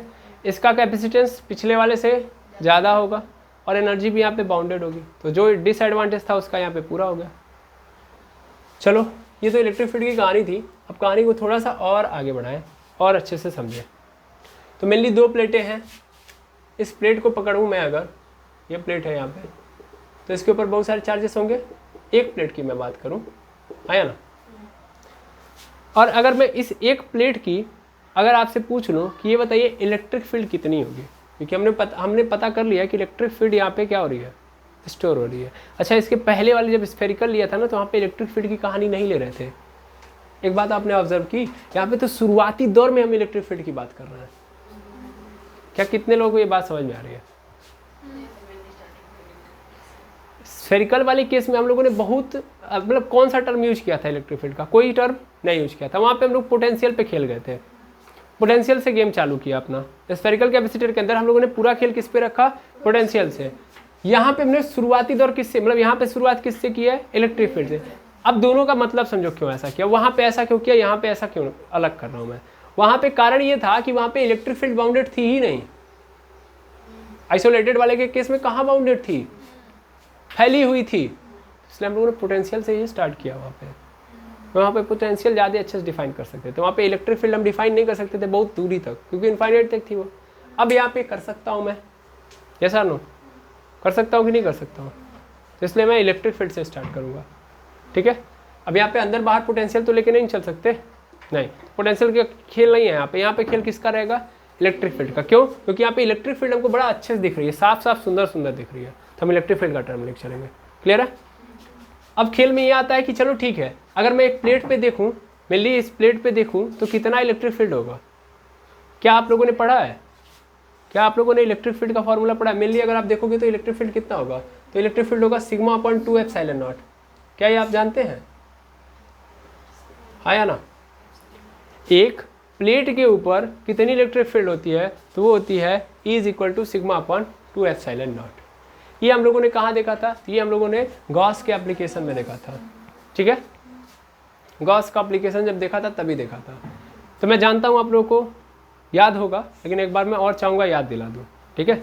तो मैं एक बार पुनः इसको प्रूफ करूँगा, बिकॉज इसी पे खेल है और हम बार बार इसको बोल देंगे तो आपको समझ में नहीं आएगा, तो दिक्कत हो जाएगी, ठीक है? तो इसलिए मैं चाहूँगा सबसे पहले मैं इस फॉर्मूले को बताऊँ कि एक पैरेलल प्लेट के ऊपर, सॉरी, एक प्लेट के ऊपर कितना इलेक्ट्रिक फील्ड होता है किसी चार्ज के कारण, वो, ठीक है? क्लियर है? तो चलिए सबसे पहले हम ये देखते हैं प्रूफ। तो देखिए यहीं से हम लोग इसको प्रूफ कर लेते हैं। एक सेकेंड के लिए सोचिएगा, क्या सोचे सर? देखिए मेनली हम लोग क्या करते हैं कि इसको क्या करेंगे, एक सिलेंडर के थ्रू कवर कर देंगे। कवर कर दिया इस साइड भी और इस साइड भी, ठीक है। और गॉस का प्रमेय क्या है, गॉस का प्रमेय एक्चुअल में इलेक्ट्रिक फ्लक्स के बारे में बता रहा होता है, ठीक है ना। गॉस का जो थ्योरम है इलेक्ट्रिक फ्लक्स के बारे में बता रहा होता है कि ये जो चार्जेस हैं, मतलब मेनली ये जितने चार्जेस हैं वो एक्चुअल में कितना इलेक्ट्रिक फील्ड जनरेट करेंगे। दैट मीन्स अगर मैं उसके सामने सरफेस रख दूं तो कितनी इलेक्ट्रिक फील्ड उससे पार करेगी, इसके बारे में कौन बताता है, गॉस का थ्योरम। मेनली इलेक्ट्रिक फ्लक्स को डिफाइन करने के लिए गॉस का थ्योरम आया था, ठीक है। तो पहले हम जनरल वे देखते हैं। जनरल वे में हम लोग जानते हैं कि अगर हम देखें इलेक्ट्रिक फ्लक्स निकालने का जो तरीका है, EF लिख रहा हूँ मैं, बस इलेक्ट्रिक फील्ड मत समझ लीजिएगा, अच्छा फ्लक्स लिख दे रहा हूँ मैं। तो दो तरीके हैं। जनरल तरीका है कि भैया मैं फ्लक्स निकालूँ तो मैं ऐसे कर सकता हूँ ES cos थीटा, है ना। और दूसरा गॉस का थ्योरम है, वो कहता है कि फाई इज इक्वल टू होगा Q/ε0, ठीक है, क्लियर है। मैंने ये जो प्लेट ली है इस पे मान लिया कि ये प्लस Q चार्ज इस पे है और इस पे क्या है माइनस Q चार्ज, और एक प्लेट को ले जाके वहाँ पे रखा हूँ तो इस पूरे पे कितना चार्ज होगा, प्लस Q चार्ज। तो यहाँ पे क्या आएगा, यहाँ पे आएगा प्लस Q/ε0, ठीक है। ये गॉस साहब ने कहा था, ये गॉस साहब ने कहा था, ये गॉस साहब का स्टेटमेंट और ये जनरल स्टेटमेंट है फ्लक्स निकालने का। तो गॉस साहब ने ये बोला था कि देखो कभी किसी का भी फ्लक्स निकालना ना तो सबसे पहला काम तो तुमको ये करना पड़ेगा कि उसको कवर्ड करना पड़ेगा, ठीक है ना, क्लोज सरफेस डालनी पड़ेगी। यानी जो चार्जेस, जिन चार्जेस के थ्रू तुम इलेक्ट्रिक फ्लक्स निकालना चाहते हो उसको पहले क्लोज सरफेस के अंदर डालो, है ना। तो मैंने इसको क्लोज करने के लिए एक सिलेंडर डाल दिया। अब मैं इलेक्ट्रिक फ्लक्स देखूंगा। तो इलेक्ट्रिक फ्लक्स कहाँ कहाँ होगा, सबसे पहली चीज़ हमको पता है कि पॉजिटिव है तो पॉजिटिव हमेशा सरफेस के परपेंडिकुलर चल रही होगी और ऐसे बाहर जा रही होगी, है ना। तो मैंने किया क्या है, पहले ये जान लो, ये प्लेट ऐसे रखी थी, एक मिनट जाइए, क्या दे रहे हैं हमको आप लोग, ये क्या है, कंपोजिट मैथमेटिक्स क्लास 7, ठीक है। तो मेरे पास मान लेते हैं कि सपोज कर लेते हैं कि ये है, ठीक है ना, पूरा पोर्शन ये प्लेट है। इस प्लेट पे क्या है, चारों ओर क्या है, चार्ज है, इस साइड भी चार्ज है। हाँ अब देखिएगा हमने क्या किया, सिलेंडर ले लिया, अब सिलेंडर को यहाँ पे रख दिया, ठीक है, कवर हो गया इतना पोर्शन कवर हो गया ना, इतना पोर्शन कवर हो गया, ऐसे जनरली एजम्पशन है बस, ठीक है। तो यहाँ पे मैंने कवर कर दिया। कवर करने के बाद मैं देख रहा हूँ इलेक्ट्रिक फ्लक्स, ठीक है ना, कि कितना इलेक्ट्रिक फ्लक्स यहाँ से गुजर रहा है। नॉर्मल वे में अगर मैं बात करूँ कि कहाँ कहाँ इलेक्ट्रिक फ्लक्स होगा, तो मेनली इलेक्ट्रिक फ्लक्स जो होता है वो एक्चुअल में क्या होता है, पहले जनरल वे से निकलता है, फिर गॉस के थ्योरम से निकलता है। अब ये कहता है कि ये जो फ्लक्स होगा वो तभी माना जाएगा जब इलेक्ट्रिक फ्लक्स और जो ये जो सरफेस है, इस सरफेस का जो एरिया है उसकी जो डायरेक्शन है वो दोनों सेम होंगे, तब तो क्या होगा, इलेक्ट्रिक फ्लक्स होगा। अगर परपेंडिकुलर हो गया तो नहीं होगा। तो मेनली मान लो कि हमारा जो ये इलेक्ट्रिक फील्ड है उसकी डायरेक्शन कैसी है, ऐसी है, बाहर की ओर है। अब थोड़ा ध्यान देना, मेनली मैं यहाँ पे आऊँगा, यहाँ पे देखो ये सरफेस है पूरा, तो इस सरफेस का डायरेक्शन किधर की ओर है, इधर की ओर है ना, और इलेक्ट्रिक फील्ड की डायरेक्शन इधर की ओर है। क्लियर है कि नहीं है। अच्छा, तो इसका मतलब इस सरफेस पे कहीं पे भी मैं देखूंगा तो हमेशा इलेक्ट्रिक फील्ड और सरफेस की जो डायरेक्शन है सेम है, यानी एरिया का वेक्टर और इलेक्ट्रिक फील्ड वेक्टर दोनों सेम डायरेक्शन में। तो यानी कॉस क्या हो जाएगा, 0, यानी थीटा की वैल्यू क्या हो जाएगी, 0। अब मैं ये पता करता हूँ कहाँ कहाँ हमको मिलेगा फ्लक्स, कहाँ मिलेगा। तो एक बात बताओ, फ्लक्स किधर किधर से मिल सकता है मुझे। एक तो पहला इस सरफेस से इस साइड मिलेगा, मैं यहाँ पे रखूँगा अगर किसी लेयर को या किसी सरफेस को, तो उसको पार कर रहा होगा कि नहीं कर रहा होगा। ऐसे ही मैं यहाँ पे अगर किसी को रखूँगा तो इसको भी पार कर रहा होगा। समझ में आ रहा है ना। ये इलेक्ट्रिक फील्ड है और ये क्या है, यहीं पे मैंने एक सरफेस रखी है, तो सरफेस का जो डायरेक्शन है और इलेक्ट्रिक फ्लक्स का डायरेक्शन सेम हो गया। सॉरी, इलेक्ट्रिक फील्ड का डायरेक्शन क्या हो गया, सेम। तो दो ओर से निकल रहा है ना फ्लक्स, एक तो इधर से भी निकल रहा होगा और इधर से भी, प्लेट के दोनों साइड से निकल रहा होगा, इधर भी और इधर भी। क्या ये मेरी बात समझ में आ रही है, इधर से भी और इधर से भी। तो जब मैं एक प्लेट लेता हूँ तो मुझे दो फ्लक्स नज़र आते हैं, एक तो इस डायरेक्शन में और दूसरा इस डायरेक्शन में। तो नॉर्मल बेसिस पे यदि मैं बात करूं तो फ्लक्स मुझे मिलेगा इस पैरेलल प्लेट में दो साइड में, एक तो इधर और दूसरा इधर, ठीक है, दो फ्लक्स मिलेंगे। नेट फ्लक्स यदि मैं निकालूं तो क्या होगा, मान लेता हूँ ये E1 है और ये क्या है, E2 है, इन दोनों को जोड़ दूंगा तो यही होगा ना, है ना। अब मैं अगर E1 को ऐड करूँ तो E1 मतलब क्या, वही इलेक्ट्रिक फील्ड होगी, और सरफेस एरिया क्या होगा, सॉरी सरफेस का जो एरिया होगा उसको ऐसे रिप्रेजेंट करते हैं, और इनटू क्या हो जाएगा, cos 0, ठीक है। ये S है, क्लियर है। ऐसे ही इधर भी क्या है, मान लेता हूँ ये S1 है तो इधर क्या आ जाएगा S2, ठीक है। चूंकि दोनों बराबर हैं तो इसलिए मैं ज़्यादा तामझाम नहीं रखूँगा, प्लस E2 निकालूंगा तो क्या आ जाएगा E इंटू एस कॉस 0 आ गया। अब देखना ध्यान से क्या होगा, कॉस 0 की वैल्यू क्या होती है 1 होती है, तो ये खत्म, ES प्लस ES आ गया। तो फाई इज इक्वल टू क्या मिल गया मुझे, फाई इज इक्वल टू मिल गया 2ES, मिल गया। ये हम लोगों ने जनरल तरीके से निकाला, general method for electric flux के लिए जनरल मेथड यही है। अब गॉस साहब का थ्योरम लगाओ, बाय गॉस थ्योरम, तो गॉस थ्योरम का लगाओगे तो वो कहते हैं कि नहीं, कितना भी फ्लक्स होगा ना वो एक्चुअल में जितना चार्ज है उसके एप्सिलॉन नॉट गुना होता है कि नहीं होता है। ये बात कौन कहते हैं, कौन कह रहा है, गॉस साहब कहते हैं, क्लियर है। मेनली अगर मैं इस कहानी को अगर और आगे बढ़ाऊँ, मेनली अगर मैं देखूँ फाई इज इक्वल टू क्या आ गया 2 एप्सिलॉन नॉट हो गया। अब मेनली मैं इसको क्या करूँगा, यहाँ पे ले जाके रख दूंगा, यहाँ पे ले जाके रख सकता हूँ, यहाँ भी फाई है यहाँ भी फाई है, दोनों फाई ही हैं, तो मैं यहाँ पे बैलेंस करके लिख दूंगा तो मुझे मिल जाएगा 2ES। ये जनरल वाले से भी फाई ही निकाला, फ्लक्स ही निकाला, गॉस साहब ने भी फ्लक्स ही दिया है, 2 into S is equal to क्या हो गया Q upon epsilon naught, clear हो गया। अब देखो मुझे E चाहिए तो मैं इसको उधर भेज दूंगा तो मुझे क्या मिल जाएगा, मुझे मिल जाएगा E is equal to Q upon 2S epsilon not, मिल गया। अब इस Q की वैल्यू रखो, Q की वैल्यू कितनी होगी बता सकते हो, what is the means of Q। जैसा कि हम लोगों ने पढ़ा है, चार्ज डेंसिटी पढ़ा है, ठीक है। थोड़ा सा यहाँ पे लिखूंगा मैं, surface charge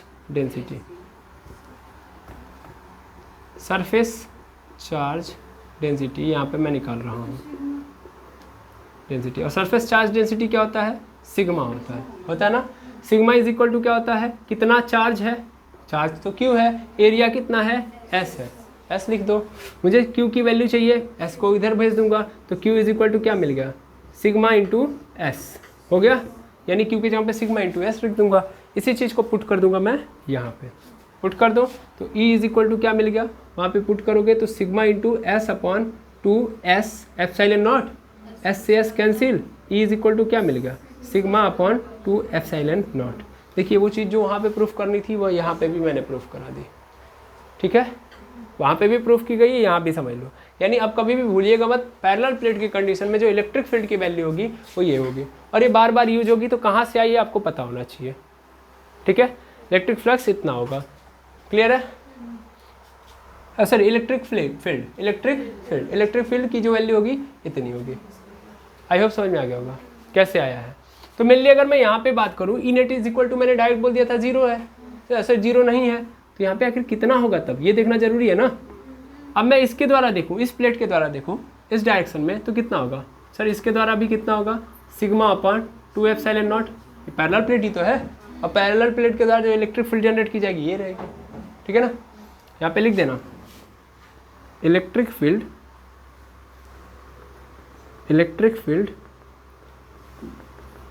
due to plate, ठीक है ना। प्लेट के द्वारा जो इलेक्ट्रिक फील्ड जनरेट की जाएगी वो ये होगी। एक प्लेट है अगर तो उसके द्वारा इतना इलेक्ट्रिक फील्ड जनरेट किया जाएगा। नॉर्मल प्लेट है, इसके ऊपर चार्जेस डिस्ट्रीब्यूटेड है, ठीक है ना। ठीक, अब माइनस के कारण भी कितना होगा, तो सेम होगा, जितना चार्ज यहाँ पे प्लस वाला है उतना ही चार्ज माइनस वाला है, तो सेम यहाँ पे होगा। यानी इधर इस डायरेक्शन में कितना हो जाएगा, यहाँ भी सिग्मा अपॉन 2 एप्सिलॉन नॉट होगा कि नहीं होगा, होगा। तो मुझे ई नेट निकालना है, तो मैं इसको E1 मान लूँ, इसको E2 मान लूँ, इसको प्लेट 1 मान लो, इसको प्लेट 2 मान लो, ठीक है। तो उस कंडीशन में ई नेट मतलब E1 प्लस E2 होगा। E1 की वैल्यू कितनी है, sigma upon 2 epsilon not, E2 की value sigma upon 2 epsilon not होगा।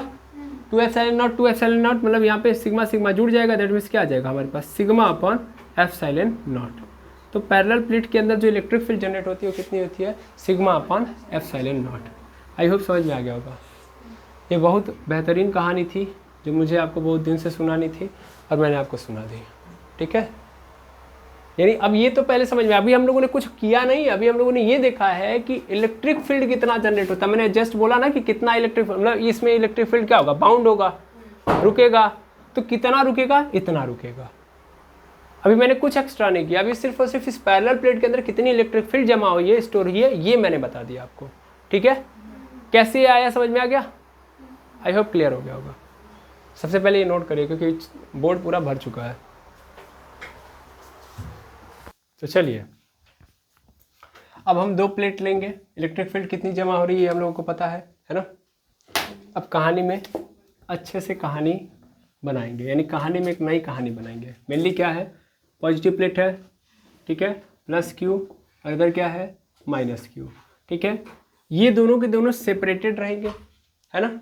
और ध्यान देना, सेपरेटेड रहेंगे डी से, मतलब डिस्टेंस रहेगी ना भाई, एकदम कनेक्टेड थोड़ी ना रहेंगे, दूर दूर तो रहेंगे। That is the separation between plate. ठीक है, सेपरेशन बिटवीन प्लेट, है ना। बट याद रखना है, D is very small, D is very very small. ठीक है, टैग लिख दो, डी इज वेरी स्मॉल, बहुत कम डिस्टेंस होनी चाहिए। ठीक है, सेपरेशन बिटवीन प्लेट डी, और डी क्या है, बहुत स्मॉल है, बहुत छोटा है। मेनली इस प्लेट को पकड़ोगे तो माइनस क्यू है। ठीक है, माइनस क्यू है, तो ध्यान से देखना, अच्छे से देखना कि मेनली माइनस क्यू पे अगर हम बात करेंगे तो इस प्लेट का जो क्या बोलते हैं, इस प्लेट का जो वोल्टेज होगा कितना होगा, V1 होगा, और इस प्लेट का वोल्टेज क्या होगा, V2 होगा। इलेक्ट्रिक फील्ड अंदर कितनी होगी, वो होगी sigma epsilon not, sigma upon epsilon not, यही होगी। बाहर वाली तो कैंसिल हो गई, बाहर वाली क्यों कैंसिल हुई, क्योंकि इस प्लेट के कारण जो इलेक्ट्रिक फील्ड थी वो कितनी थी, वो थी sigma upon epsilon, sigma upon 2 epsilon not, और माइनस वाले के कारण थी सिग्मा अपॉन 2 एप्सिलॉन नॉट, है ना। दोनों को जोड़ दिया, अब 0 हो गया, है ना, क्योंकि एक प्लस में थी एक माइनस में थी, डायरेक्शन अलग अलग है ना। Electric field is the vector quantity, मायने रखता है भाई डायरेक्शन। ठीक है, तो ये कहानी को हटाओ यहाँ से, अभी तक जितना सीखा उतने को हम आगे बढ़ाएंगे। ओके, तो मेनली अगर हम बात करें इलेक्ट्रिक फील्ड, ये जो इलेक्ट्रिक फील्ड है इसको मैं थोड़ा सा डेवलप करूंगा आगे। मेनली हमको पता है कि E इज इक्वल टू क्या होता है, what is the means of E, कि sir change in potential, change in potential upon change in what happened, change in distance. ये सर नो, ये पढ़ा है हम लोगों ने, हम लोगों ने ये फार्मूला पढ़ा होगा, D V upon D R, या इसी को हम लोग बोल सकते हैं delta V upon delta R. Yes sir no, ठीक। अब डेल्टा वी का मतलब क्या होगा, V2 minus V1, V2 minus V1, और डेल्टा आर मतलब आर के अंदर कितना चेंज है, तो फिर सर डी ही है, ले दे के डी ही है हमारे पास, आर में कहाँ हमने चेंज किया, चेंज किया है नहीं, लेकिन याद रखना मैं इसीलिए लिख के दे रहा हूँ, चेंज इन डिस्टेंस या चेंज इन, मैं डायरेक्ट यहाँ पे लिख सकता हूँ स्मॉल डी। ठीक है, तो स्मॉल डी के अंदर चेंज नहीं है, मतलब दैट मीन्स डी ही है जो चेंज है। ठीक है, वैसे डी नहीं लिखना चाहिए, मुझे लिखना चाहिए वहाँ पे सेपरेशन बिटवीन प्लेट, कितना सेपरेट किया गया है वो डिस्टेंस, यहाँ पे सेपरेशन डिस्टेंस लिख दीजिएगा, तो सेपरेशन डिस्टेंस बिटवीन प्लेट। ठीक है, अब मेनली ध्यान से देखेंगे तो डेल्टा वी मतलब V2 माइनस V1, V2 में से V1 घटाएंगे तो क्या होगा, V2 माइनस V1, कोई वोल्टेज आएगा, उस वोल्टेज को क्या मान लिया मैंने, V, पोटेंशियल होगा ना, बिचवा में यही तो जमा हो रहा है पोटेंशियल। ठीक है, तो ले देके मैंने V2 माइनस V1, यानी इस प्लेट और इस प्लेट के जो पोटेंशियल में डिफरेंस देखा तो मुझे क्या मिल गया, V। ठीक है ना, V मिल गया, ये V हो गया, अपन पूरे के नीचे क्या मिल गया मुझे, D। अभी कोई दिक्कत नहीं। अब E की वैल्यू ला के रखो, E की वैल्यू क्या है, E इज इक्वल टू है हमारे पास सिग्मा अपॉन एप्सिलॉन नॉट। ठीक है, सिग्मा आया कहाँ से था, चूंकि सिग्मा इज इक्वल टू क्या होता है, Q अपॉन S होता है, यही तो होता है, और हम लोगों ने यही तो रखा था, तो जहाँ पे सिग्मा लिखा गया वहाँ पे हम क्या लिख देंगे, Q अपॉन S। तो E इज इक्वल टू क्या मिल गया मुझे, E इज इक्वल टू मिल गया मुझे V, या V हटाओ ना, E हटाओ, अभी हमको V से V अपॉन D लिखेंगे, इज इक्वल टू यहाँ पे क्या लिख देंगे, Q अपॉन S अपॉन पूरे के नीचे एप्सिलॉन नॉट। ठीक है, थोड़ा और आगे बढ़ाओ, ये एक स्टेप, ये अगला स्टेप, इसको मैं ऊपर कर दूंगा, दैट मीन्स मेरे पास आ जाएगा V upon D is equal to Q upon S epsilon naught. इसमें कोई दुविधा नहीं है, क्या है भैया, एप्सिलॉन नॉट इंटू एस। ठीक है, मेनली आपको पता है कि अगर मैं इस क्यू को इधर बुला लूँ, इस क्यू को इधर बुला दूँ तो वी अपॉन क्यू हो जाएगा, या छोड़ो इसको उधर भेज दो, भेज दोगे तो क्या मिल जाएगा, एप्सिलॉन नॉट एस हो जाएगा upon D is equal to Q upon V. Q upon V is equal to क्या होता है, सी ही होता है, मिल गया। सी इज इक्वल टू क्या आ गया मेरे पास, epsilon not S upon D. मिल गया कि नहीं मिल गया, इसमें कोई दुविधा नहीं। एस की जगह पे आप क्या लिख सकते हो, एरिया भी लिख सकते हो। मतलब एस क्या है, इट इज़ अ एरिया। मैं लिख दूँ पहले, यहाँ पे डिनोट कर दे रहा हूँ क्या है सब कुछ, ठीक है ना। Epsilon not is the permittivity, है ना, परमिटिविटी ऑफ फ्री स्पेस, ठीक है, फ्री स्पेस की परमिटिविटी है। एस क्या है, it is a area of plate, area of plate, यही तो होगा, एरिया ऑफ प्लेट। तो जहाँ पे हम एस लिखे वहाँ पे ए भी लिख देते हैं, ज़्यादा क्रिस्टल क्लियर हो जाएगा। यस और नो, ठीक है, यहाँ पे लिख देना, चूंकि एस इज चेंज इनटू ए, ठीक है। तो एस ये आ गया अपने पास। और थोड़ा सा आगे बढ़ो तो डी क्या है, D is the separation between plate, separation distance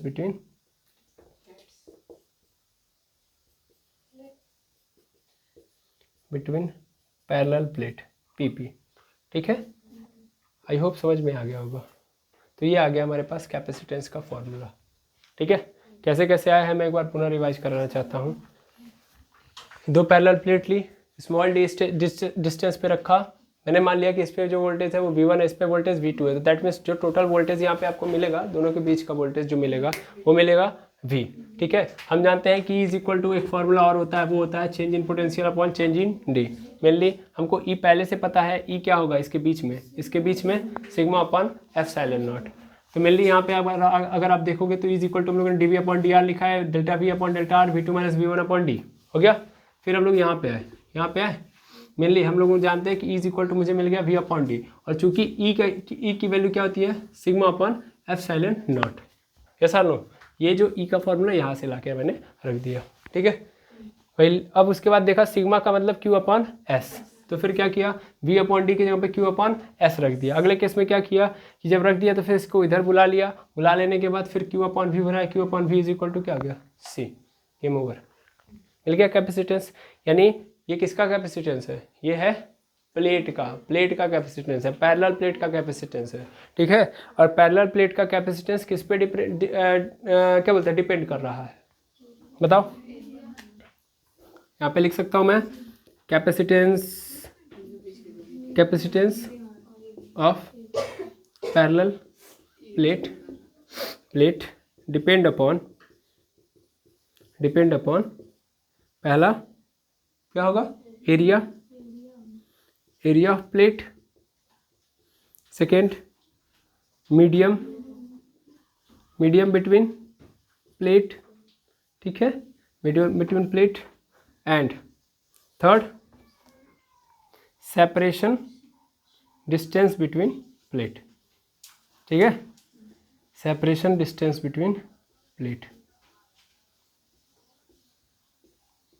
तो ये तीन लोगों पे निर्भर कर रहा है कि ये कहाँ से लाया हूँ मैं, यहाँ से, ठीक है। आई होप समझ में आ गया होगा कि अगर हमारे पास पैरेलल प्लेट आ जाएगा तो उसका कैपेसिटेंस कितना होगा। मिल गया कैपेसिटेंस। अब यहाँ से क्या निकालेंगे हम लोग, अब यहाँ से हम ये देखेंगे कि कितनी एनर्जी स्टोर हो रही है, ठीक है। हाँ, जैसे वहाँ पे देखा था ना कि स्फेरिकल कैपेसिटर था तो कितनी एनर्जी स्टोर हो रही है, कितना एनर्जी आ रहा है, वैसे ही हम पैरेलल प्लेट के बीच में देखेंगे कितनी एनर्जी स्टोर हो रही है, ठीक है। ये तो एक टॉपिक खत्म। ये हम लोगों ने क्या निकाल लिया, कैपेसिटेंस। ये पैरेलल प्लेट कैपेसिटर का कैपेसिटेंस है, नोट करके खुद लिख लेंगे, हेडिंग खुद डालेंगे, ठीक है। जो आप समझिए हेडिंग खुद बनाइए, ओके, नोट करिए। तो अब हम देखेंगे कितनी एनर्जी स्टोर हो रही है पैरेलल प्लेट के भीतर, ठीक है। तो फिर काम वही करना है, ज़्यादा कुछ नहीं करना। अच्छा हाँ, इनका एक डाउट था, उसको मैं चाहूँगा क्लियर कर देना। इनके मन में ये था कि हम लोगों ने आखिर ऐसा क्यों किया। देखिए V1 की डायरेक्शन इधर थी, V2 की डायरेक्शन इधर थी, हम लोगों ने V2 माइनस V1 क्यों किया। इनके मन में इच्छा ये जाहिर हुई और इन्होंने बोला कि आखिर हम लोगों ने V क्यों लिखा यहाँ पे।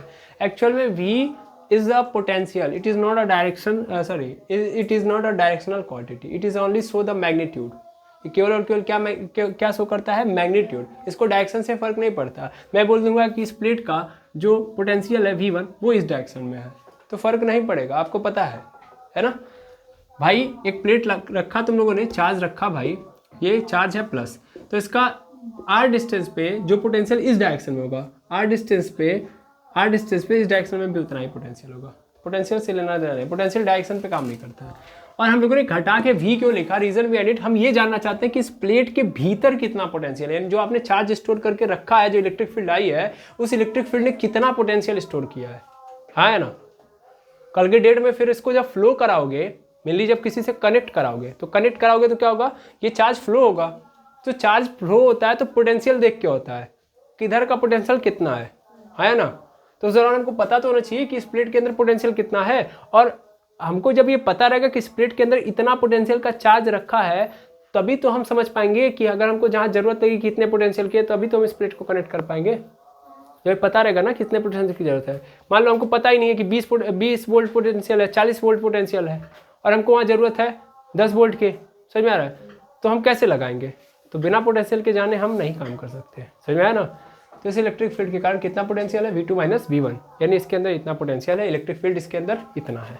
क्लियर है, इलेक्ट्रिक फील्ड इतना, पोटेंशियल इतना। अब क्वेश्चन है कि एनर्जी कितनी स्टोर हुई, पोटेंशियल हो गया, और क्या देख लिया, इलेक्ट्रिक फील्ड देख लिया, कैपेसिटेंस देख लिया, अब बता दो एनर्जी कितनी है। तो मेरे लिए एनर्जी लाने का क्या टर्मिनोलॉजी है भाई, वही टर्मिनोलॉजी है। हम क्या कर रहे होंगे, एक बड़े अच्छे से बात समझना, हम क्या कर रहे होंगे, इस प्लेट में से चार्ज उठा के यहाँ पे रख रहे होंगे। क्या बात कर रहे हो, हाँ, हम क्या कर रहे होंगे, इस प्लेट में से चार्ज उठा के यहाँ पे रख रहे होंगे। मेरे लिए एज्यूम करो, इमेजिन करो, या इस प्लेट में से उठा के इस पे रखो, बस इतना ही करना है। इसमें प्लस क्यू लेके आना है ना। तो शुरुआती दौर में तो दोनों प्लेट न्यूट्रल होंगी, है ना। At t is equal to 0, q is equal to 0, and potential is also 0, but capacitance is not 0, capacitance is C. Clear है? But after t is equal to t time, q is equal to going q, and v is going q upon c. Yes or no? And after capital T time, q is going to be capital Q, v is going to be capital Q upon c. समझ में आ रहा है मैं क्या बोल रहा हूँ। इसके पहले मैंने v लिखा था, कैपिटल V लिखा था, इस बार मैंने चेंज कर दिया। मैंने किस टर्म में लिख दिया, q और c के टर्म में। क्या कोई दुविधा है। प्लेट के अंदर पोटेंशियल जो था शुरुआती दौर में वो भी 0 होगा, क्योंकि चार्ज ही नहीं है, तो पोटेंशियल 0 था, चार्ज 0 था, सब कुछ 0 था, हाँ या ना। जब शुरुआती दौर चल रहा था तो प्लेट न्यूट्रल थी। अब मैंने क्या किया है, अब काम करना स्टार्ट किया। काम क्या किया कि मैंने यहाँ से छोटे छोटे चार्जेस को उठा के यहाँ पे रखना स्टार्ट कर दिया। इसमें से मेनली मैंने क्या किया है कि मैंने प्लस क्यू चार्जेस को उठा के यहाँ पे रखना स्टार्ट किया। पहले न्यूट्रल थी, ठीक है, तो मैंने बहुत छोटे छोटे प्लस क्यू वाले चार्जेस को उठाना स्टार्ट किया। प्लस डी क्यू उठा के रखा तो बहुत छोटी सी इलेक्ट्रिक फील्ड जनरेट होगी और बहुत थोड़ा सा पोटेंशियल भी आ गया होगा। और इसके ऊपर आ गया plus Q, plus D Q आ गया, तो इसके ऊपर क्या आ गया होगा, माइनस डी क्यू। समझ में आ रहा है मैं क्या बोल रहा हूँ। प्लस क्यू को जब मैं हटाते जाऊंगा तो इधर प्लस कम होते जाएगा तो माइनस चढ़ते जाएगा ना भाई। प्लस कम हो रहा है तो प्लस वाला इस पे आ रहा है तो इस पे प्लस बढ़ रहा होगा, इस पे माइनस बढ़ रहा होगा। क्या मेरी बात समझ में आई। बस तो ऐसे मैं उठा के क्या करूँगा, रखूँगा। ठीक है, जब मैं एकदम शुरुआती दौर में जाऊँ, मैंने जब एक छोटे चार्ज को उठा के रखा, ठीक है, तब मैं देखूंगा, तो मैं देखूंगा वर्क। तो जब मैं एक छोटे चार्ज को उठाऊंगा डी क्यू को, है ना, तो उस कंडीशन में पोटेंशियल में भी चेंज जो आएगा वो बहुत छोटा होगा, है ना। पोटेंशियल में भी चेंज क्या होगा, छोटा। अरे भाई वहीं से कहानी चल रही है, ज़्यादा कहीं पे और नहीं जा रहे हैं। Delta V is equal to D W upon D Q. जैसा नो, potential difference is equal to कितना काम किया उस क्यू चार्ज को लाने में। तो मेरे लिए delta V is equal to क्या हो जाएगा, वी ही होगा, हाँ या ना। डायरेक्ट क्यू अपॉन सी भी लिख सकते हो, लेकिन अभी फिलहाल में हम क्या लिखेंगे, वी लिखेंगे। और डी डब्ल्यू की वैल्यू निकालनी है तो इसको इधर भेज दोगे। तो मेरे लिए क्या हो जाएगा, D W is equal to आ जाएगा हमारे पास delta V into D Q हो जाएगा। ये तो बहुत छोटे चार्ज के लिए है ना, समझ में आया ना मैं क्या कर रहा हूँ। मैं इसमें से प्लस छोटा सा चार्ज लेके आ रहा हूँ, मतलब छोटा सा प्लस वाला चार्ज इसमें से खींच के ला रहा हूँ। तो लाऊंगा तो इस प्लेट पे पॉजिटिविटी बढ़ती जाएगी, हाँ या ना, और इस पर निगेटिविटी बढ़ती जाएगी। है या ना, ये प्लस आ रहा है इस पर, इमेजिन बस किया है मैंने।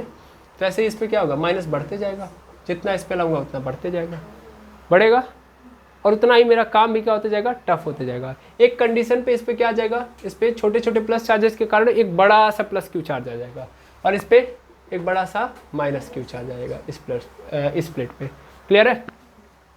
बाकी मैंने टाइम स्पेन लिख दिया, 0 पे इतना था, टी टाइम पे इतना था, तो मैं स्मॉल टी टाइम पे देख रहा हूँ तो इतना चार्ज आ चुका है, छोटे छोटे चार्जेस मिलकर स्मॉल क्यू चार्ज बना चुके हैं। ठीक है, तो उस कारण जो काम किया गया है वो कितना होगा, तो वो इतना होगा, है ना, कि इस क्यू चार्ज को ला के कितना हम लोगों ने पोटेंशियल के अंदर चेंज ला दिया।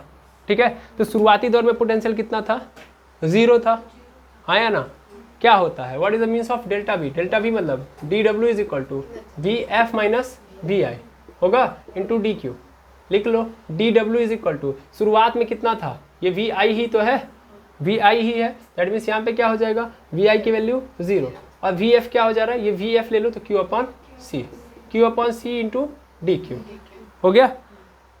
फाइनल वर्क निकालो, कहाँ से कहाँ तक, जब 0 चार्ज था कहाँ तक पहुँचाया हूँ मैं, क्यू तक। ठीक है, तो 0 से लेके क्यू तक मैं अगर काम करूँगा डी डब्ल्यू, ठीक है, 0 से लेके क्यू तक, तो क्यू अपॉन सी इंटू डी क्यू, यहाँ पे क्या हो जाएगा, छोटा छोटा काम बड़ा काम, यहाँ पे क्या हो जाएगा भाई, सी तो बाहर आ जाएगा क्योंकि कैपेसिटेंस कभी चेंज नहीं होता है, अंदर क्या बच जाएगा, क्यू इंटू डी क्यू, 0 से लेके क्यू तक, 1 अपॉन सी ऐसे ही रहेगा, क्यू इंटू क्यू का डिफ्रेंशिएशन करेंगे तो क्या आ जाएगा, क्यू स्क्वायर बाई 2, कहाँ से कहाँ तक लेके, 0 से लेके कैपिटल क्यू तक, एक बार अपर लिमिट दूसरी बार लोअर लिमिट, तो 1 upon C is equal to क्या आ जाएगा, अपर लिमिट मतलब क्यू डाल दो, Q square by 2 minus lower limit, तो खत्म है ना भाई, छोड़ दो, क्या झूठ में उसको आगे बढ़ाना। तो मेरे पास क्या आ जाएगा, मेरे पास W इज इक्वल टू आ जाएगा इतना, इसको सॉल्व कर लो, दैट मीन्स मिल जाएगा W is equal to Q square upon 2c, यानी इतना काम करना पड़ा। तो एनर्जी के अंदर चेंज भी कितना आया होगा, इतना ही आया होगा, यानी U delta U is equal to क्या आ जाएगा, क्यू स्क्वायर अपॉन 2c। क्या इसमें कोई दिक्कत नहीं है, आ गया ना। ये तो वही फॉर्मूला है सर जो पहले वाला था, बिल्कुल वही है, सेम टू सेम है, बट चार्ज क्या है, चार्ज चेंज है, नहीं सर कैपेसिटेंस चेंज है। चार्ज तो यार कैपेसिटेंस की बदौलत काम कर रहा है ना, तो यहाँ पे सी कुछ और है, वहाँ पे सी था 4 पाई एप्सिलॉन नॉट आर, यहाँ पे सी वो नहीं है जो आप सोच रहे हो, यहाँ पे सी क्या है बताओ, अभी जस्ट हम लोगों ने सी रखा था, गुड, क्या होगा, वेरी गुड, चलिए देखिए, ठीक है, 1 सेकंड के लिए वॉच करिए, सॉरी एमर्स, देखिएगा यहाँ से मिलिए, यहाँ पे क्यू स्क्वायर अपॉन 2c है, तो यहाँ पे हम c की वैल्यू रख सकते हैं epsilon not a upon D, ठीक है, ये हम लिख सकते हैं, और d को कहाँ पे भेज सकते हैं, तो ऊपर, तो delta u is equal to क्या हो जाएगा हमारे पास, Q square into D upon 2 epsilon into a। एक तो फॉर्मूला यहाँ से बन ही सकता है, दूसरा यहाँ से पुनः हम चाहें तो फिर क्या कर सकते हैं, बाकी के साथ रिलेशन दिखा सकते हैं, delta U is equal to 1/2 C V square, yes और नो, और delta U is equal to एक और फार्मूला हम लगा सकते हैं, वो होगा हमारे पास 1/2 हाफ क्यू इंटू बी, ये भी लगा सकते हैं।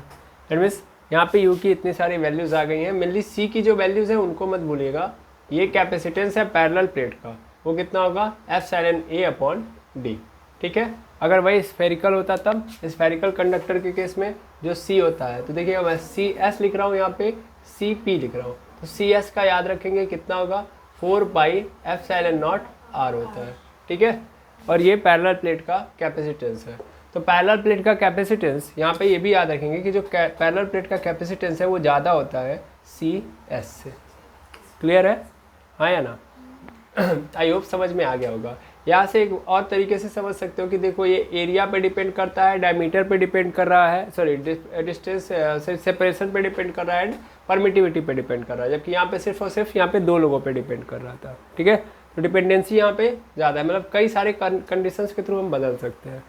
आई होप यहाँ तक की कहानी समझ में आ गई होगी कि कितना एनर्जी इसके अंदर स्टोर होगा, ठीक है। अब ये तो एक बात हो गई। दूसरी बात यहीं से हम और चाहें तो बना सकते हैं, मतलब कई सारी बातें हो सकती है। सब दूसरी बात क्या बनेगी, दूसरी बात ये बनेगी कि इनके बीच में, मतलब ये प्लेट है तो इस प्लेट के कारण इस प्लेट पे कितना फोर्स लग रहा है, ये भी हो सकता है।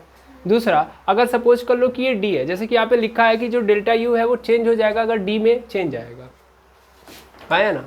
तो मेनली ये बातें लिखी गई हैं। तो हम यहाँ से एक और टर्मिनोलॉजी यहाँ पे सेट कर सकते हैं कि सपोज कर लो हम सेपरेट कर दे रहे हैं प्लेट को, दैट मीन्स ये जो डिस्टेंस डी है इसको चेंज कर दे रहे हैं। ये डी है तो 2D पे कर दिया प्लेट को, तब कितना चेंज आएगा एनर्जी के अंदर, ठीक है। इसको भी हम देखना चाहेंगे तो देख सकते हैं, ठीक है। चलो ये देख लेते हैं। बाकी फोर्स वाला फंडा कि एक प्लेट दूसरे प्लेट पे कितना फोर्स लगाती है उसको हम नेक्स्ट क्लास में देख लेंगे, ठीक है। फिलहाल में ये वाला देख लेते हैं क्योंकि डेल्टा यू आया है तो यहीं से काम बना देंगे। उसके लिए हमको क्या करना पड़ेगा, फोर्स का पूरा पैरामीटर तैयार करना पड़ेगा, ओके।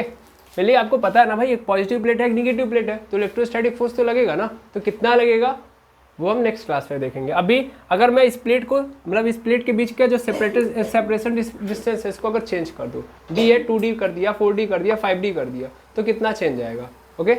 ये देख लेंगे हम लोग। ये पूरा का पूरा आप नोट कर लेंगे और कहानी को आगे हम बढ़ाएंगे।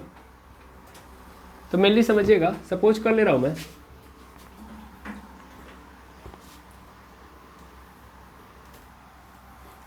कि मान लो ये प्लेट है अभी डी डिस्टेंस पे, हम लोगों ने क्या किया, इसको चेंज कर दिया। चेंज कर दिया मतलब ये प्लस क्यू है, यहाँ पे क्या है माइनस क्यू हो गया, मतलब जो सेपरेशन था उसको चेंज कर दिया। मेनली कितने पे आ गया, 2D डिस्टेंस पे आ गया, ठीक है।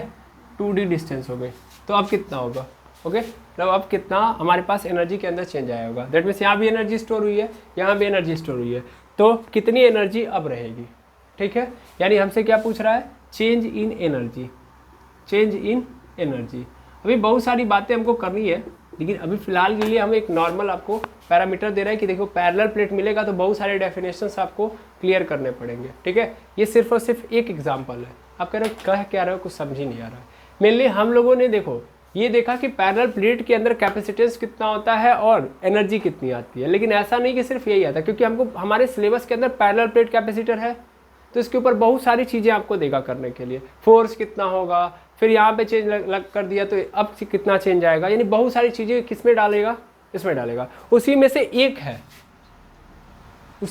है कि अगर मैं सेपरेट कर दे रहा हूँ, सॉरी सेपरेशन डिस्टेंस बढ़ा दे रहा हूँ, तो कितना एनर्जी के अंदर चेंज आएगा, ठीक है। ये मैं देख रहा हूँ, ओके। तो मैं यहाँ पे लिख दे रहा हूँ energy in parallel plate when separation distance 2 times of initial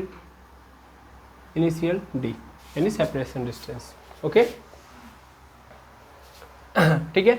तब देखा जाए तो मेनली हमको क्या चाहिए, change in energy, that means delta U की वैल्यू चाहिए। डेल्टा यू क्या होगा, डेल्टा यू होगा कि कितना बाद में हो रहा है, यानी you final minus you initial, यही होगा। मेनली अगर ध्यान से देखो तो यू फाइनल और यू इनिशियल, तो देखो ये इनिशियल केस है और इस इनिशियल केस में कितनी एनर्जी हमको पता है, आया ना। इस समय कितनी है, अभी जस्ट हम लोगों ने देखा है कितनी आई है, Q²/2C आई है, इनिशियल वाली यही तो है। और यहाँ से हम लोगों ने इसको चेंज भी किया था, C की वैल्यू भी चेंज की थी। C की वैल्यू अगर हम लोगों ने हम लोगों को अगर किस फॉर्मेट में दिखाना हो, डिस्टेंस के फॉर्मेट में, सेपरेशन डिस्टेंस के फॉर्मेट में दिखाना हो, तो हम यहाँ पे क्या लिखेंगे, यहाँ पे एक्चुअल में क्या आ जाएगा, यहाँ पे आ जाएगा Q² × D/2ε/A,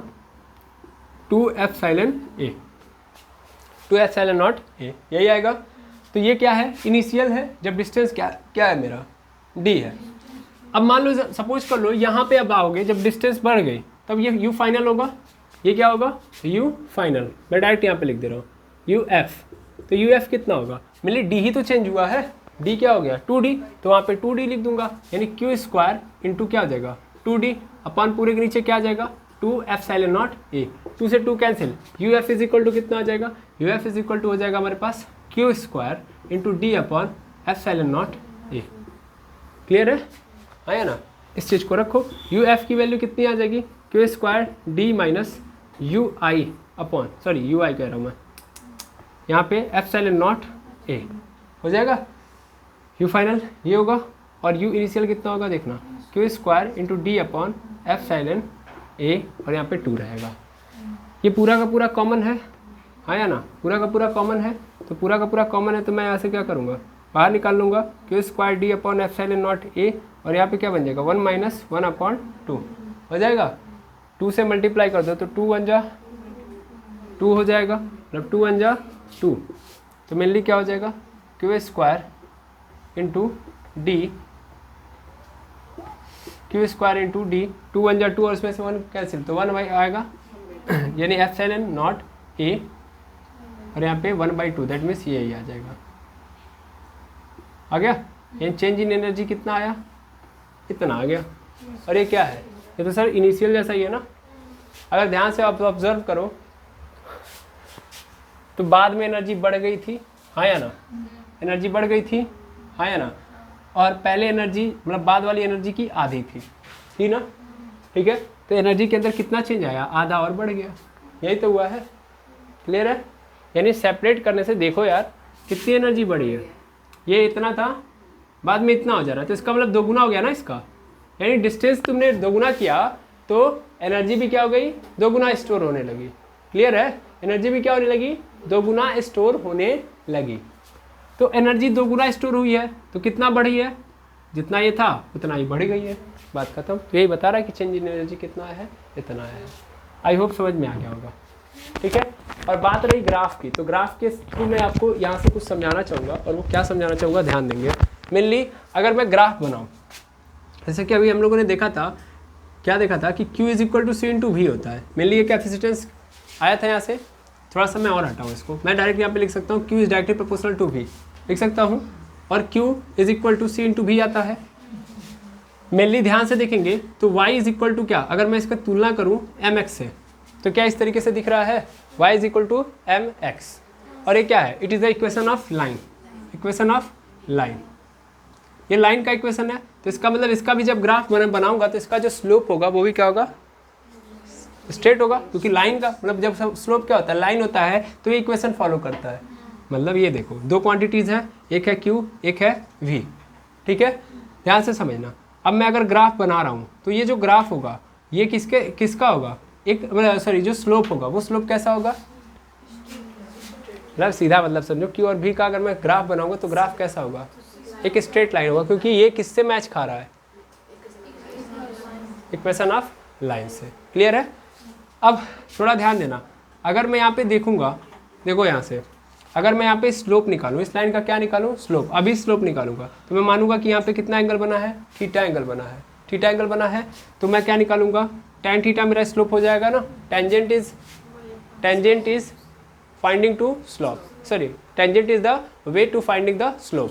तो स्लोप फाइंड करने के लिए हमको टेंजेंट निकालना पड़ता है, और tan थीटा = अगर मैं यहाँ से थोड़ा सा इसको सही तरीके से फॉर्मेट कर दूँ तो perpendicular upon base, perpendicular upon base होगा, हाँ या ना, यहाँ पे tan theta = perpendicular upon base. Perpendicular क्या है ये बताओ, Q है, हाँ या ना, और बेस क्या है, V है।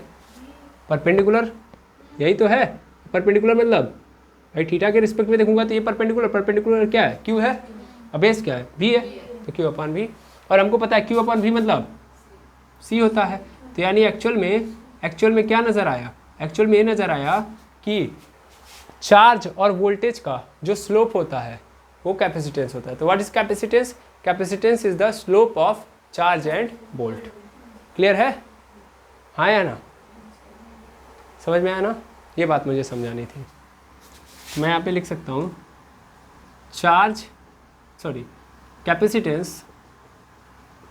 Capacitance is the slope of charge and volt. ठीक है, इस बात से याद रखिएगा। देखिएगा तीर यहाँ पे है, यहाँ से, ठीक है, गुड। अब इतने में ही बात खत्म नहीं होती, ठीक है, कहानी में थोड़ा सा और ट्विस्ट है, ये आप लोगों ने नोट कर लिया होगा। अब थोड़ा सा सुनिएगा, अब थोड़ा सुनिए तो, ज़रा रुकिए तो, यहाँ देखिए तो, मेनली हमारे पास क्या आ चुका है, हमारे पास ये आ गया है कि ये जो हम कभी भी चार्ज और मतलब स्लोप अगर हम देखें तो slope of charge and volt, sorry potential है ना, charge and potential is equal to क्या मिलेगा हमको, मिल गया हमको कैपेसिटेंस। मिल गया? अच्छा ये बताओ, ग्राफ से सिर्फ एक ही चीज़ मिलती है? नहीं सर, दो चीज़ें मिलती हैं, एक तो स्लोप, दूसरा एरिया।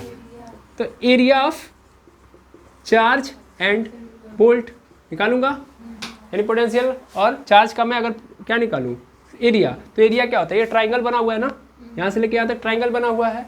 तो ट्राइंगल का एरिया क्या होता है, half into 1/2 height into base, या base into height, base into height, base into height. तो 1/2 ऐसे रहेगा। बेस क्या है, इट इज़ अ वी, मतलब वोल्टेज, एंड हाइट क्या है, तो परपेंडिकुलर वाला जो पोर्शन होता है वही होता है हाइट, तो क्यू हो गया। अगर मैं सही तरीके से लिख दूँ तो हाफ v इंटू क्यू, यानी क्यू इंटू वी आ गया। और थोड़ा ध्यान से देखो तो हाफ क्यू इंटू वी क्या होता है, इसके पहले जस्ट लिखे होगे, that is delta U. Yes or no, delta U आया ना, यस आर नो। तो that means area of charge and potential क्या देता है sir, energy, energy stored in किसमें, कंडक्टर।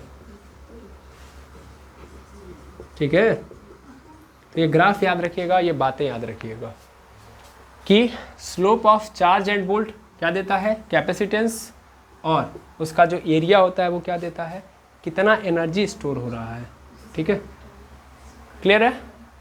तो आई होप यहाँ तक की कहानी समझ में आ गई होगी। अब इसकी कहानी, मतलब इस कहानी को आगे हम नेक्स्ट क्लास में कंटिन्यू कर रहे होंगे, और मुझे लग रहा है कि आपको बड़े अच्छे से समझ में आया होगा, है ना?